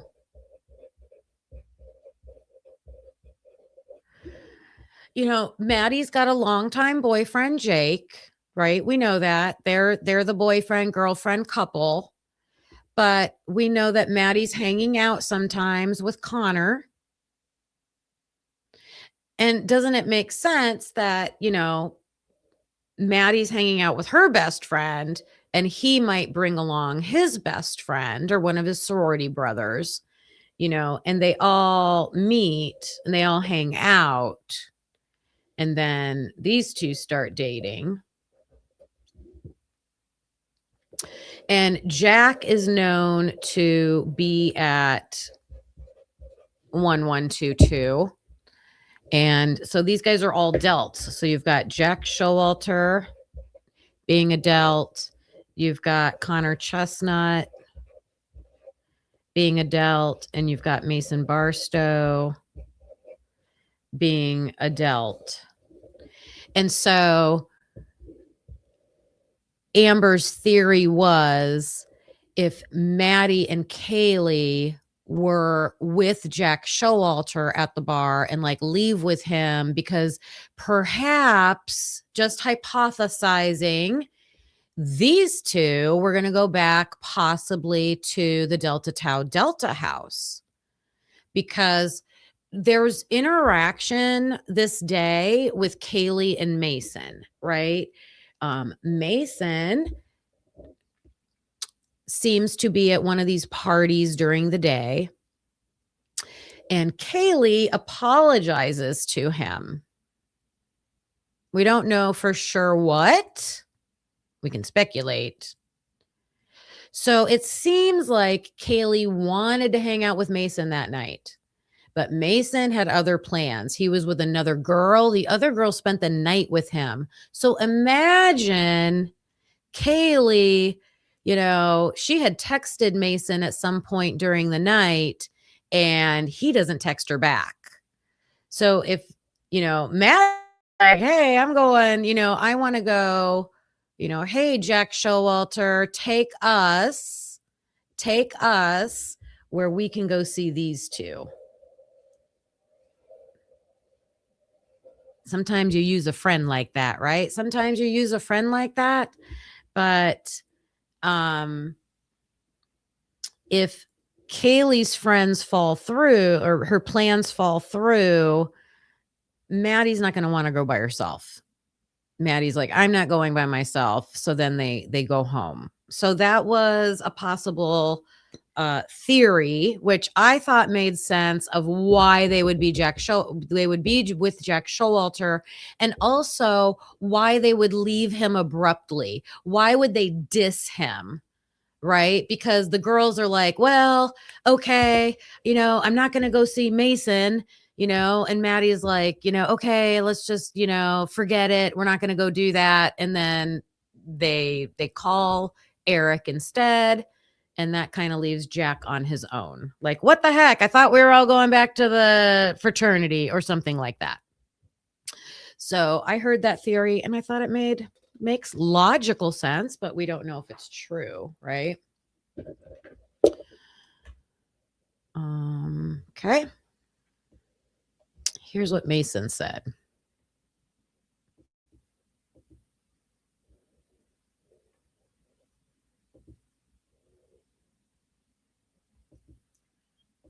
Let me get it pulled up.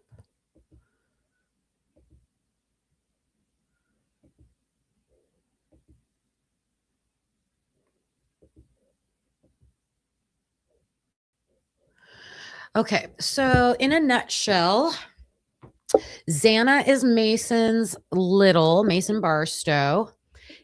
Mason said that him and Kaylee started talking, so not serious.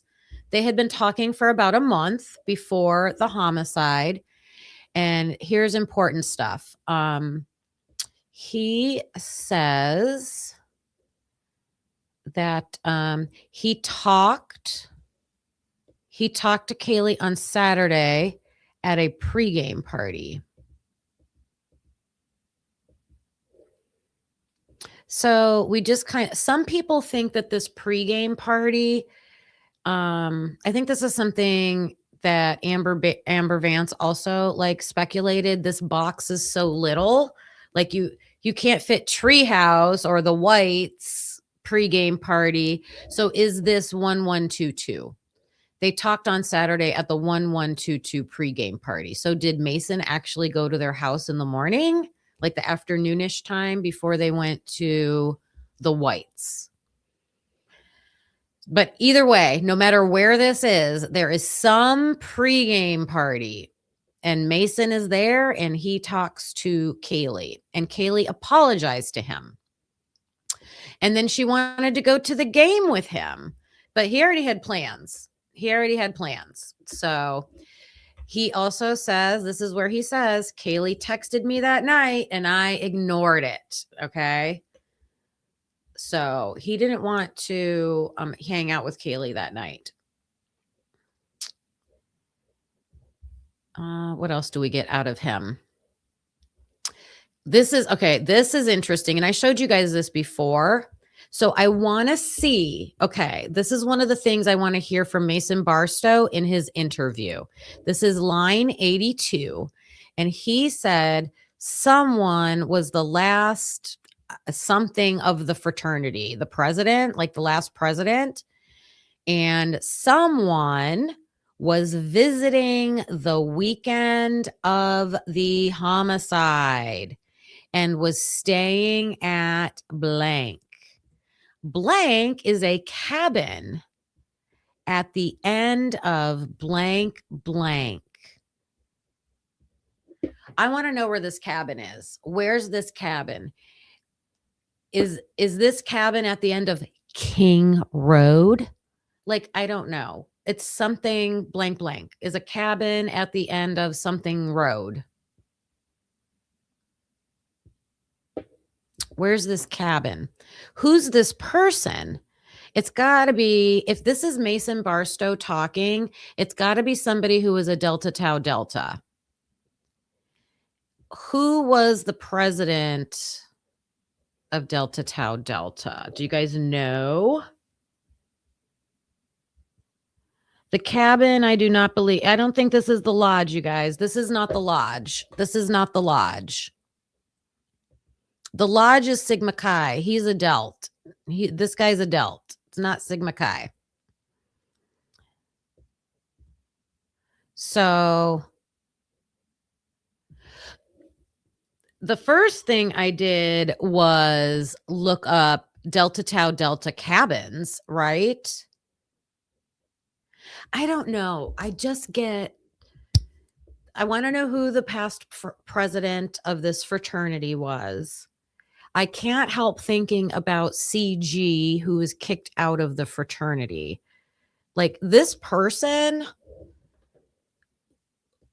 was a former something of the fraternity, and he was visiting the weekend, and he was staying at blank. So he was staying at something that has a name. Something that has a name is a cabin at the end of somewhere. On November 13th, between 11 and 12, this person got a hold of him and told him something had happened at Xana's house and do a head count. Is this person who's staying in the cabin? You guys, who was hunting that weekend? I'm getting crazy for a second. Who was hunting that weekend? 733 Taylor Avenue. It's called The Lodge. Oh, let me look that up. Thank you, Deanna A. 733. I've got Google Earth pulled up. We will look at it right now.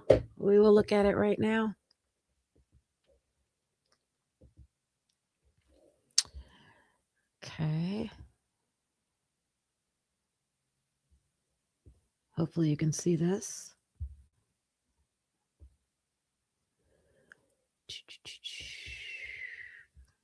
Oops.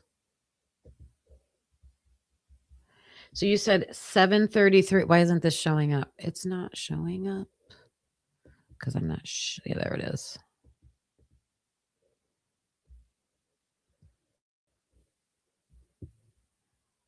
There we go. Okay. I will type in that address, 733 Taylor Avenue.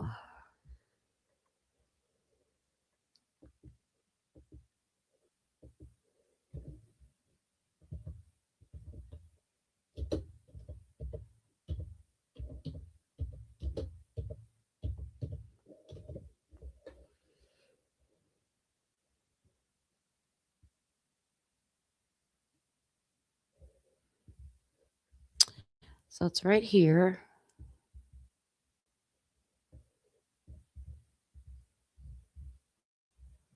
I mean, that doesn't look like a cabin is the only thing.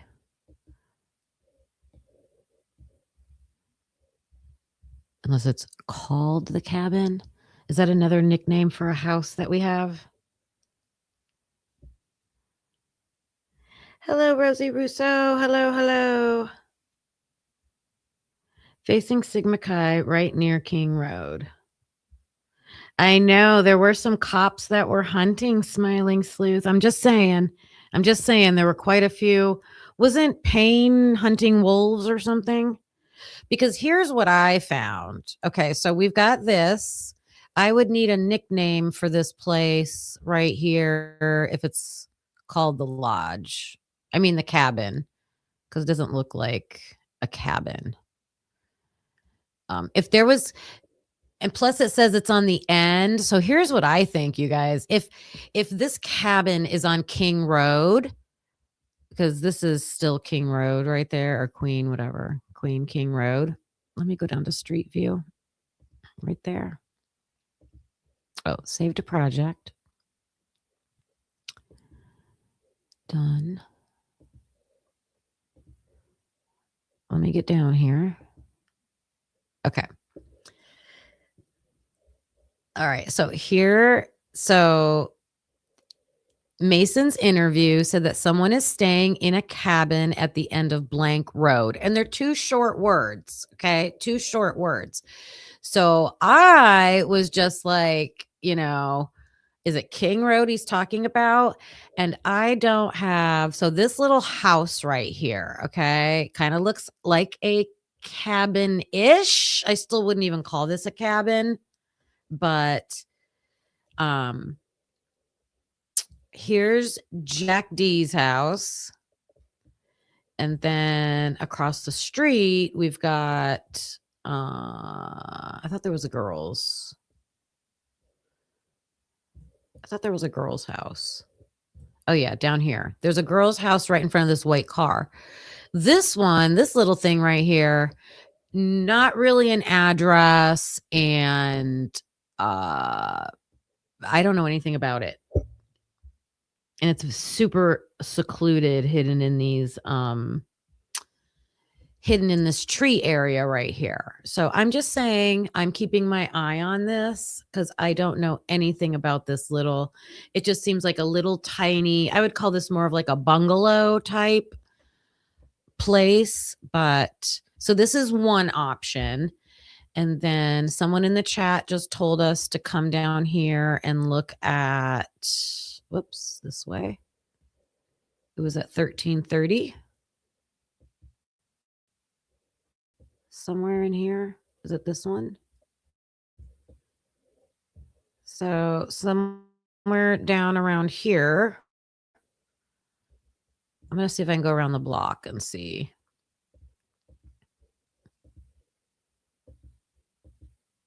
Go this way. I don't think I've ever gone around this way before. Okay.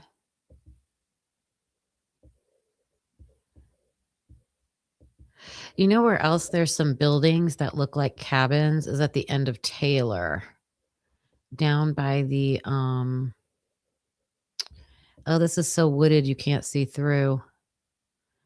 You can't see through. This is very wooded.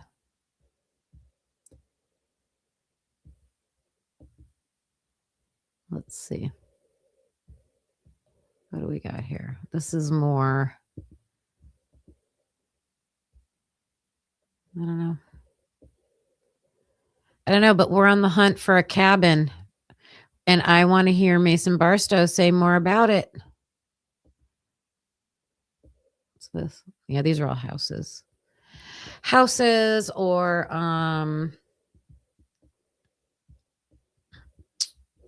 apartments. Yeah. Okay. I also showed you this the last time I heard this about the cabin. Last thing about the cabin. I typed in Delta Tau Delta cabin, Moscow, Idaho, and this website came up about a place to have retreats, and it's called the McCall Field Campus. This is part of University of Idaho. So the college, the University of Idaho, has a whole program, degrees that you can get studying environmental science, natural resources. Okay. So in order to do all this hands-on, outdoor science stuff, they have a whole facility, and it is not close to their campus. So they do like outreach programs for kids, and you can have retreats there. Let me show you where this place is located. Like, this was crazy. Let me get back to the map. But they have cabins there. So let me show you the photos of the cabins. Like, this is what I'm picturing, a place with real cabins. Right here, retreat. Bring your group to our campus. Lodging space, okay? So they've got these huge cabins for 120 people. But then they've got little ones, like little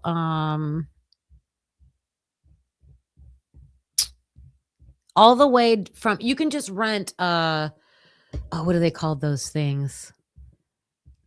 Those little canopy, a yurt. You can rent a yurt. So here, let me see if this will. Can I open it?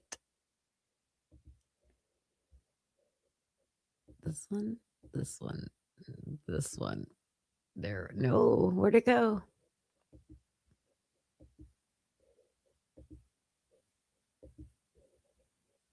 I told it to open in a new tab, and now I can't find it. Whatever. Oh, right here. There it is. Okay.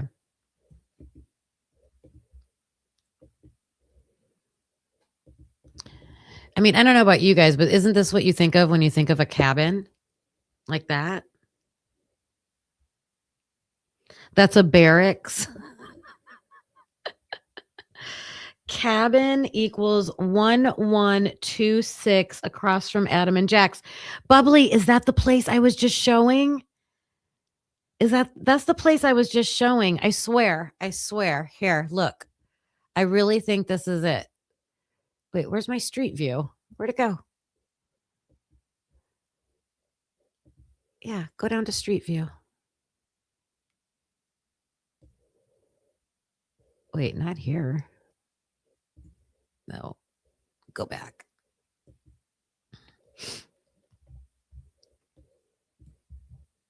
Yeah, I was just showing that Bubbly, that little blue, like, that's what I think, because it says it's at the end of the road, right? That's what I really, really think, but that's my opinion, okay?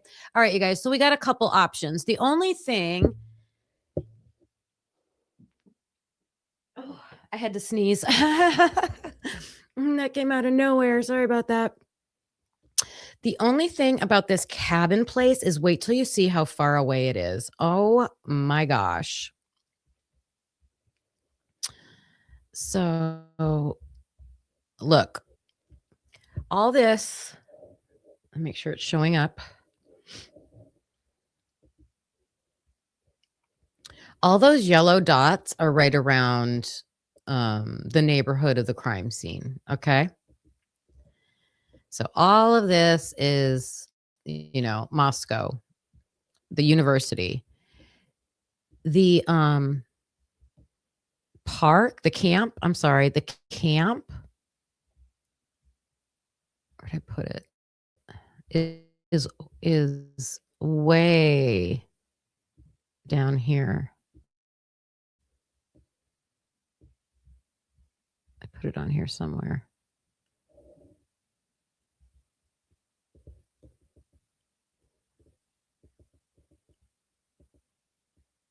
Wait, that's not it. Oh, wait a minute. I'm not centered to north. Let me get centered back to north.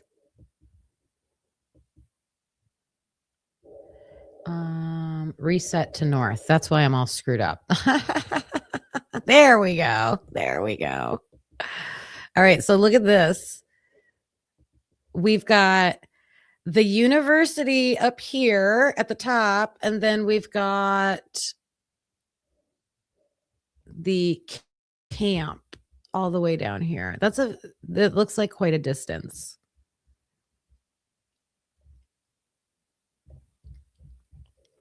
Which I couldn't even believe that they would why is this looking weird? This is looking weird. Oh, it's up here. Ponderosa State Park.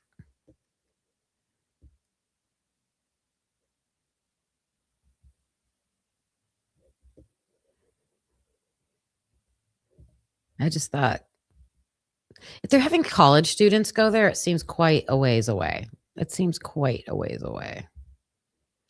but I don't have an exact distance. Okay, so Mason Barstow, I want to hear about this guy and this cabin. So when it comes to Mason Barstow, what else do you guys want to hear about from Mason? Let me make sure first that I'm not missing any other key information from him. I think there is. Let me see.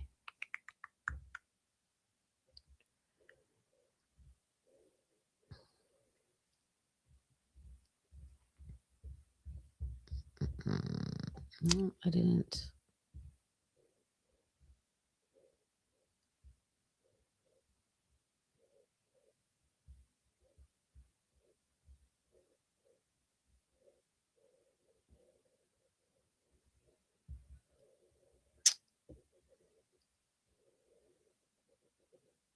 No, he just talks about Delta Tau Delta getting in trouble for like hazing and something else. Okay. All right.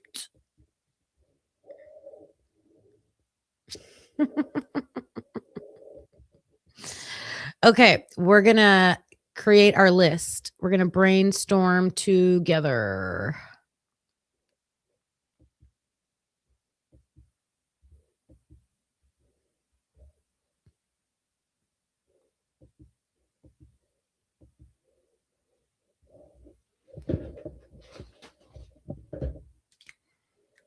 For Mason Barstow.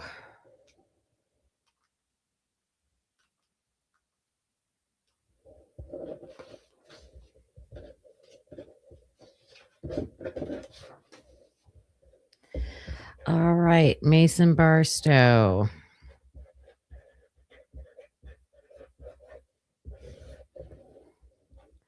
I want to know where this cabin is.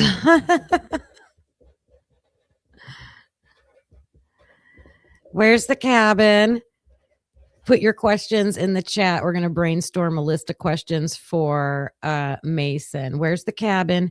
Who is staying in the cabin?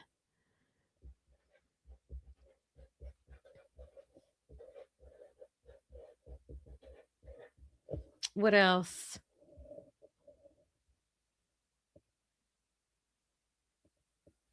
Anybody else have?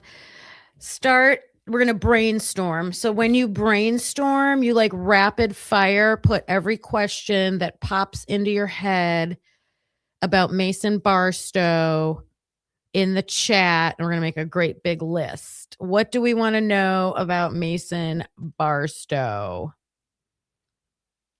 Hey, Cinderella Ella. Good to see you. Good to see you.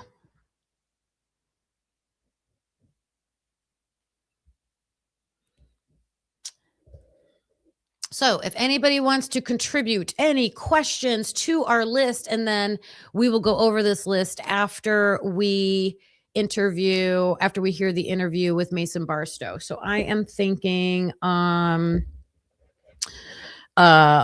did Kaylee apologize to you?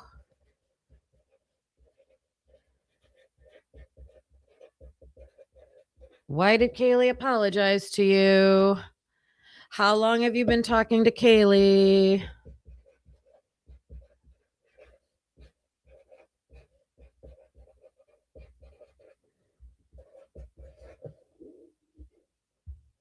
Why did Kaylee apologize?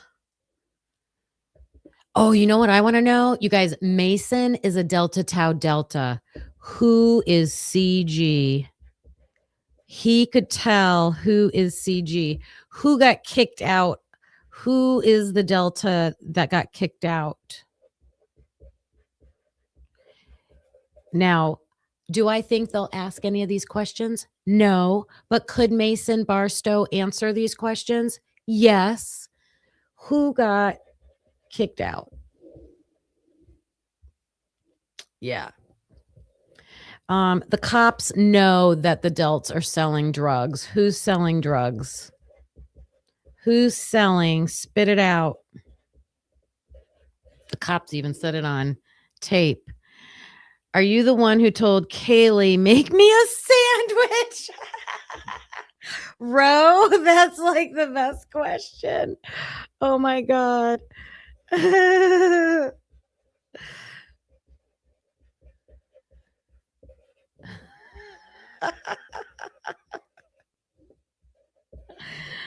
Oh my God. Make me a sandwich, bitch.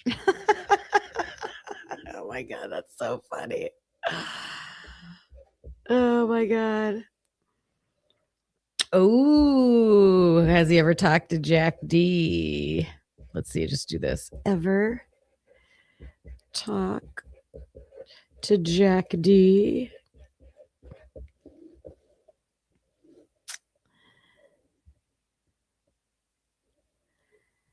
Oh, were you mad at her? Yes. Mason, were you mad at Kaylee?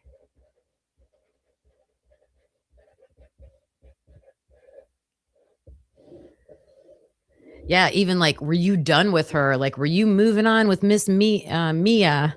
Because Mia stayed the night over there that night. Yes, she did. Who sounds like me?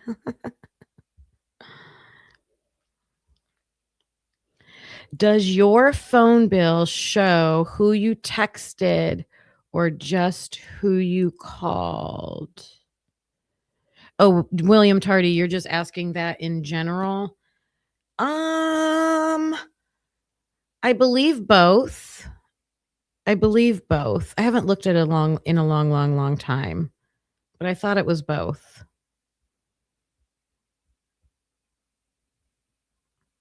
Yeah, these are good ones. I'm trying to think if there's anything else.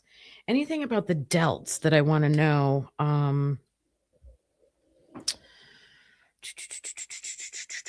How about, was Kai Davis in the fraternity that night, or was Kai Davis in the fraternity that morning? I think they already said yes, but I'm kind of wondering about that. Was he at home? Or was he alone? I don't know. I think there's more questions. Like, I'm curious to hear about Mason for sure. I don't know how much information we're going to get out of him.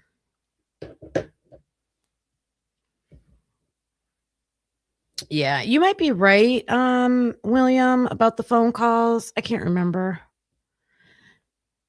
It'll just tell you like phone numbers that you communicate with. I think that's how it works. Yeah. Yeah.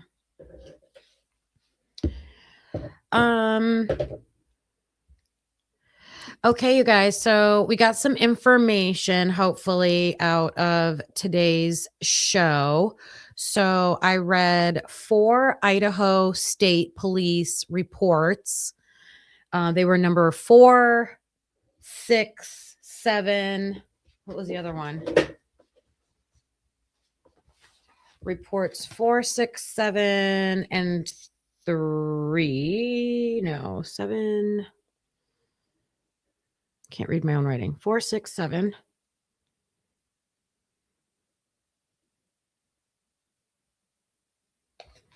What was the other one?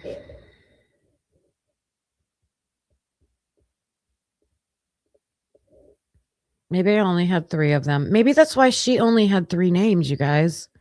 On the we went over the timeline that Accomplished Day made, and she had 3 names on there. So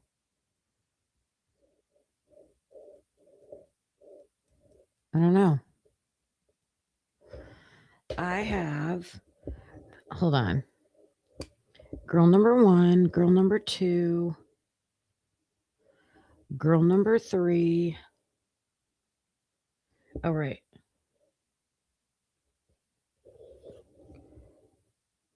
Girl number 4 is ISP 20. Girl number 4 was ISP 20. I gotta go back and make sure we read that one. Did we read that one? I think I squirreled myself.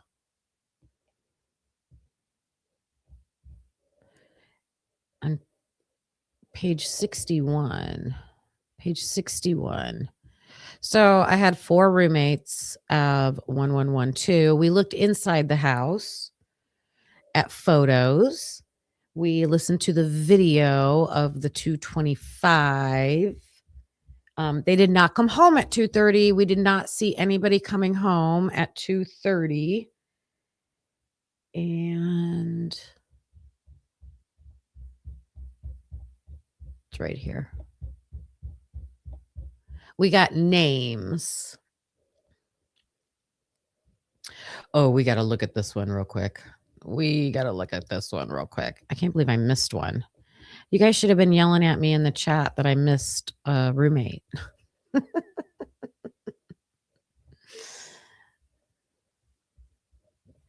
So I think this is one of the roommates at 1112. So this would be the 4th one. And she said that Xana was one of her closest friends outside of her sorority. And she knew Ethan through his fraternity. Let me make sure that you guys are seeing this. Yes. Yes. I'm in a tone. William. Thanks, William. Thank you. Saturday before the incident was the last home football game. We know that. What is she going to tell us here?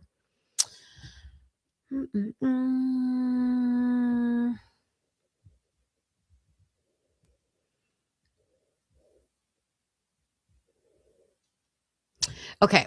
This person went to an apartment, possibly apartment 4, you say? I'm not sure. During the lodge party, and Kernodle was in the apartment. This person knew Kernodle to party pretty hard and noted Kernodle wasn't super drunk that night. Another friend of this girl took a photo of Kernodle in the apartment playing guitar and posted it to her Snapchat story around 2 a.m. So we think the girl that actually took the photo was Jacqueline, but this girl that's talking, I think right now, is a 1112 pumpkin porch camera resident. Another friend of this girl took a photo of Kernodle, 2 a.m. This girl took a screenshot of the post. This girl recalled later in the interview seeing Kernodle's other roommate at the Sigma Chi house. Again, it's hard to get times out of this. What time did you see this other roommate? Is it Bethany? Is it Dylan? The last that this girl spoke to Kernodle at the Sigma Chi house was 12:45 a.m. When everyone was leaving, Kernodle and Chapin walked away, and this girl believed they went right home. So this girl's kind of putting everybody walking out of the Sigma Chi house at like 12:45. Peter said 1:25. I mean, that's like a half an hour, 45-minute difference. When you're drunk, I don't know, 1 a.m. and 2 a.m. kind of seem the same. So I don't know about narrowing down these times. So this could be a similar time. When everyone was leaving, okay, she thinks they went straight home at around, we'll just say 1 a.m. This girl got a ride home. Why would you get a ride home from Sigma Chi? From a what? A Phi Beta Theta Pi? Somebody's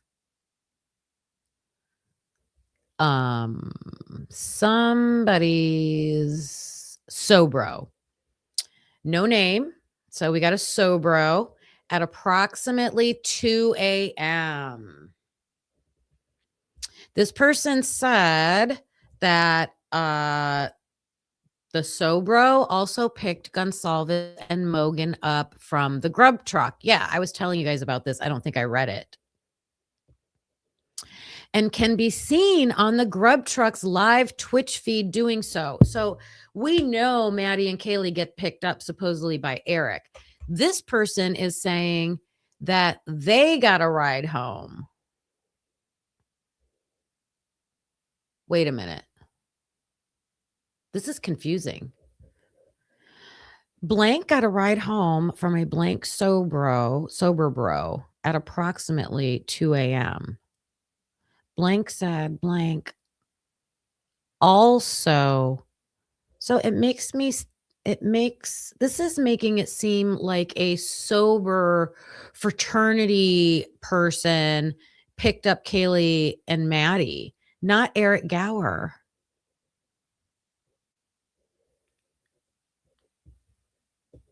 This doesn't match. This does not match right here. What the narrative is.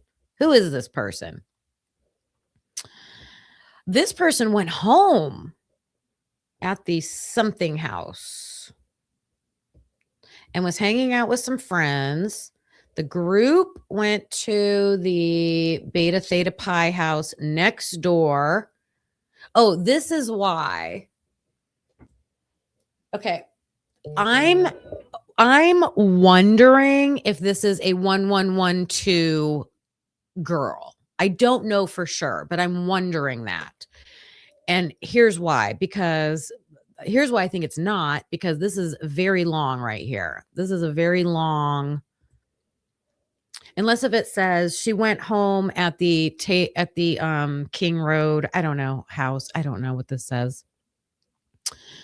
And she was hanging out with some friends. Then the group went to, this is Jack Decor's, it could be Jack Decor's house next door until 4 a.m. Right? He is Beta Theta Phi. Beta Theta Pi. Right next door. And we see those girls going in and out of their house like all night. So that's why tomorrow I want to check the camera, the video, and see if this matches. And then they said they went home at 4 a.m. and went to bed. This girl woke up at 11 on Sunday to go study at the blank house.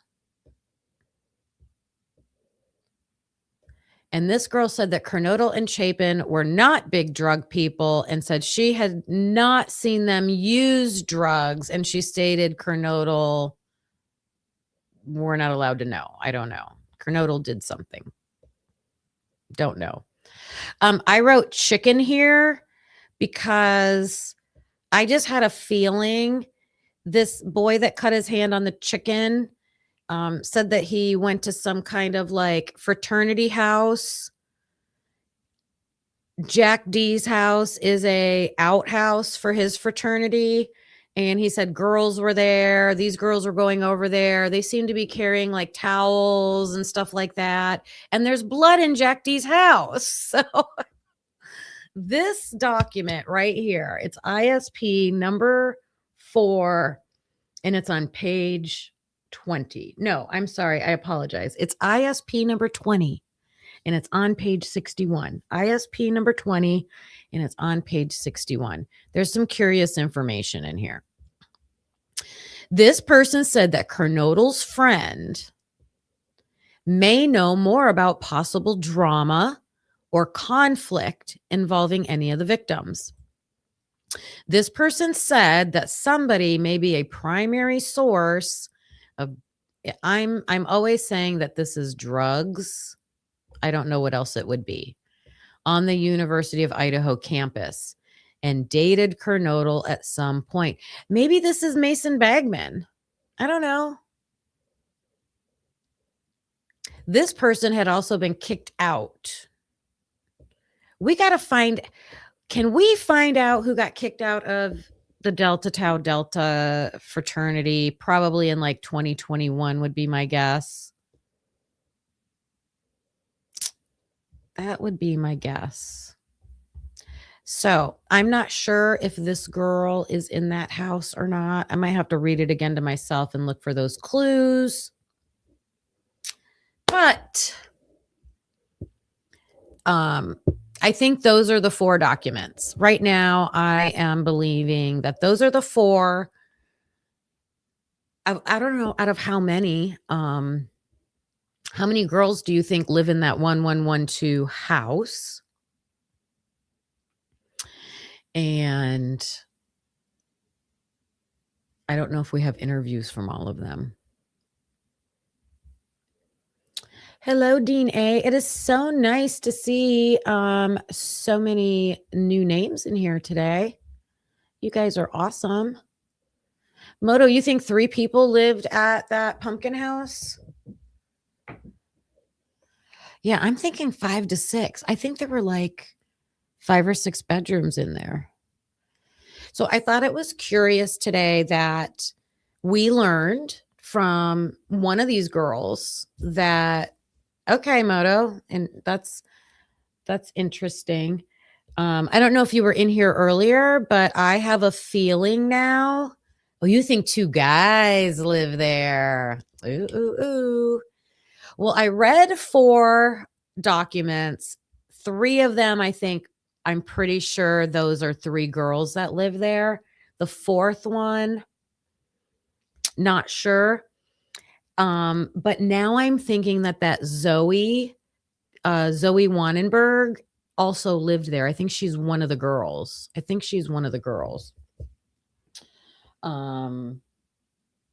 Yeah, and weird. None of them heard anything.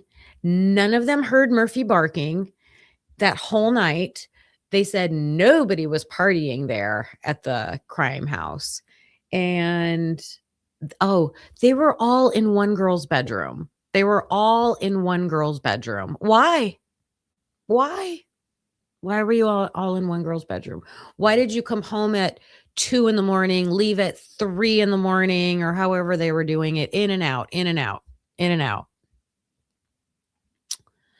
Yeah, crazy. So again, I don't think whoever lives at 1112, the camera house, has anything to do with committing the crime. I'm just trying to figure out why these very valuable witnesses, these very, very valuable witnesses with key information at key times, and tell everything that they know. I mean, it's pretty evident. Basic questions aren't getting answered. And so I'm just going to keep searching to find out why and what information can we like pry out of these people. All right. And if any of you just joined in late, we created a list, another little checklist here, kind of Moto, a list of questions we want to ask Mason Barstow. So when we get to see his interview, we will watch it and review it, and we'll see, did any of our questions get answered, and what can we learn from that kid? So I hope you guys will join me back tomorrow to go over the video footage. I'm going to have it all. We're going to check it off tomorrow, Moto. Checking it off tomorrow. Yeah, I'll have all the videos lined up so we can check in on this 1112 house and see their comings and goings and all that stuff. So that will be amazing. Hey, William Tardy, thank you so much for that donation. It's greatly appreciated. Thank you. Thank you. We'll end with this. I appreciate you. Thank you. Thank you. Thank you. Thank you. Thank you. Thank you. Thank you. Thank you for the support. Thank you. Thank you. Okay, you guys, I am going to clock out for now. Join me back tomorrow. I should say sometime from 11:30 to 12, somewhere in there. I usually go live. So I appreciate very, very, very much. Please hit the like button on your way out if you haven't. I greatly, greatly appreciate that. And yeah, join me back tomorrow. I can't wait to see you then. Bye, everybody. Thanks for watching, hope you felt the spark. Please hit that like before it gets dark. Subscribe, it's free and keeps us going strong. You're part of the crew now, right where you belong. Join us next time, same truth, same fire. We bring the heat and never tire. We're typically unique and proud to be a husband and wife in podcast harmony. Happy unique, yeah, that's you and me. Don't forget to like and hit subscribe, it's free. Come back again, we'll be right here with truth and laughs and zero fear.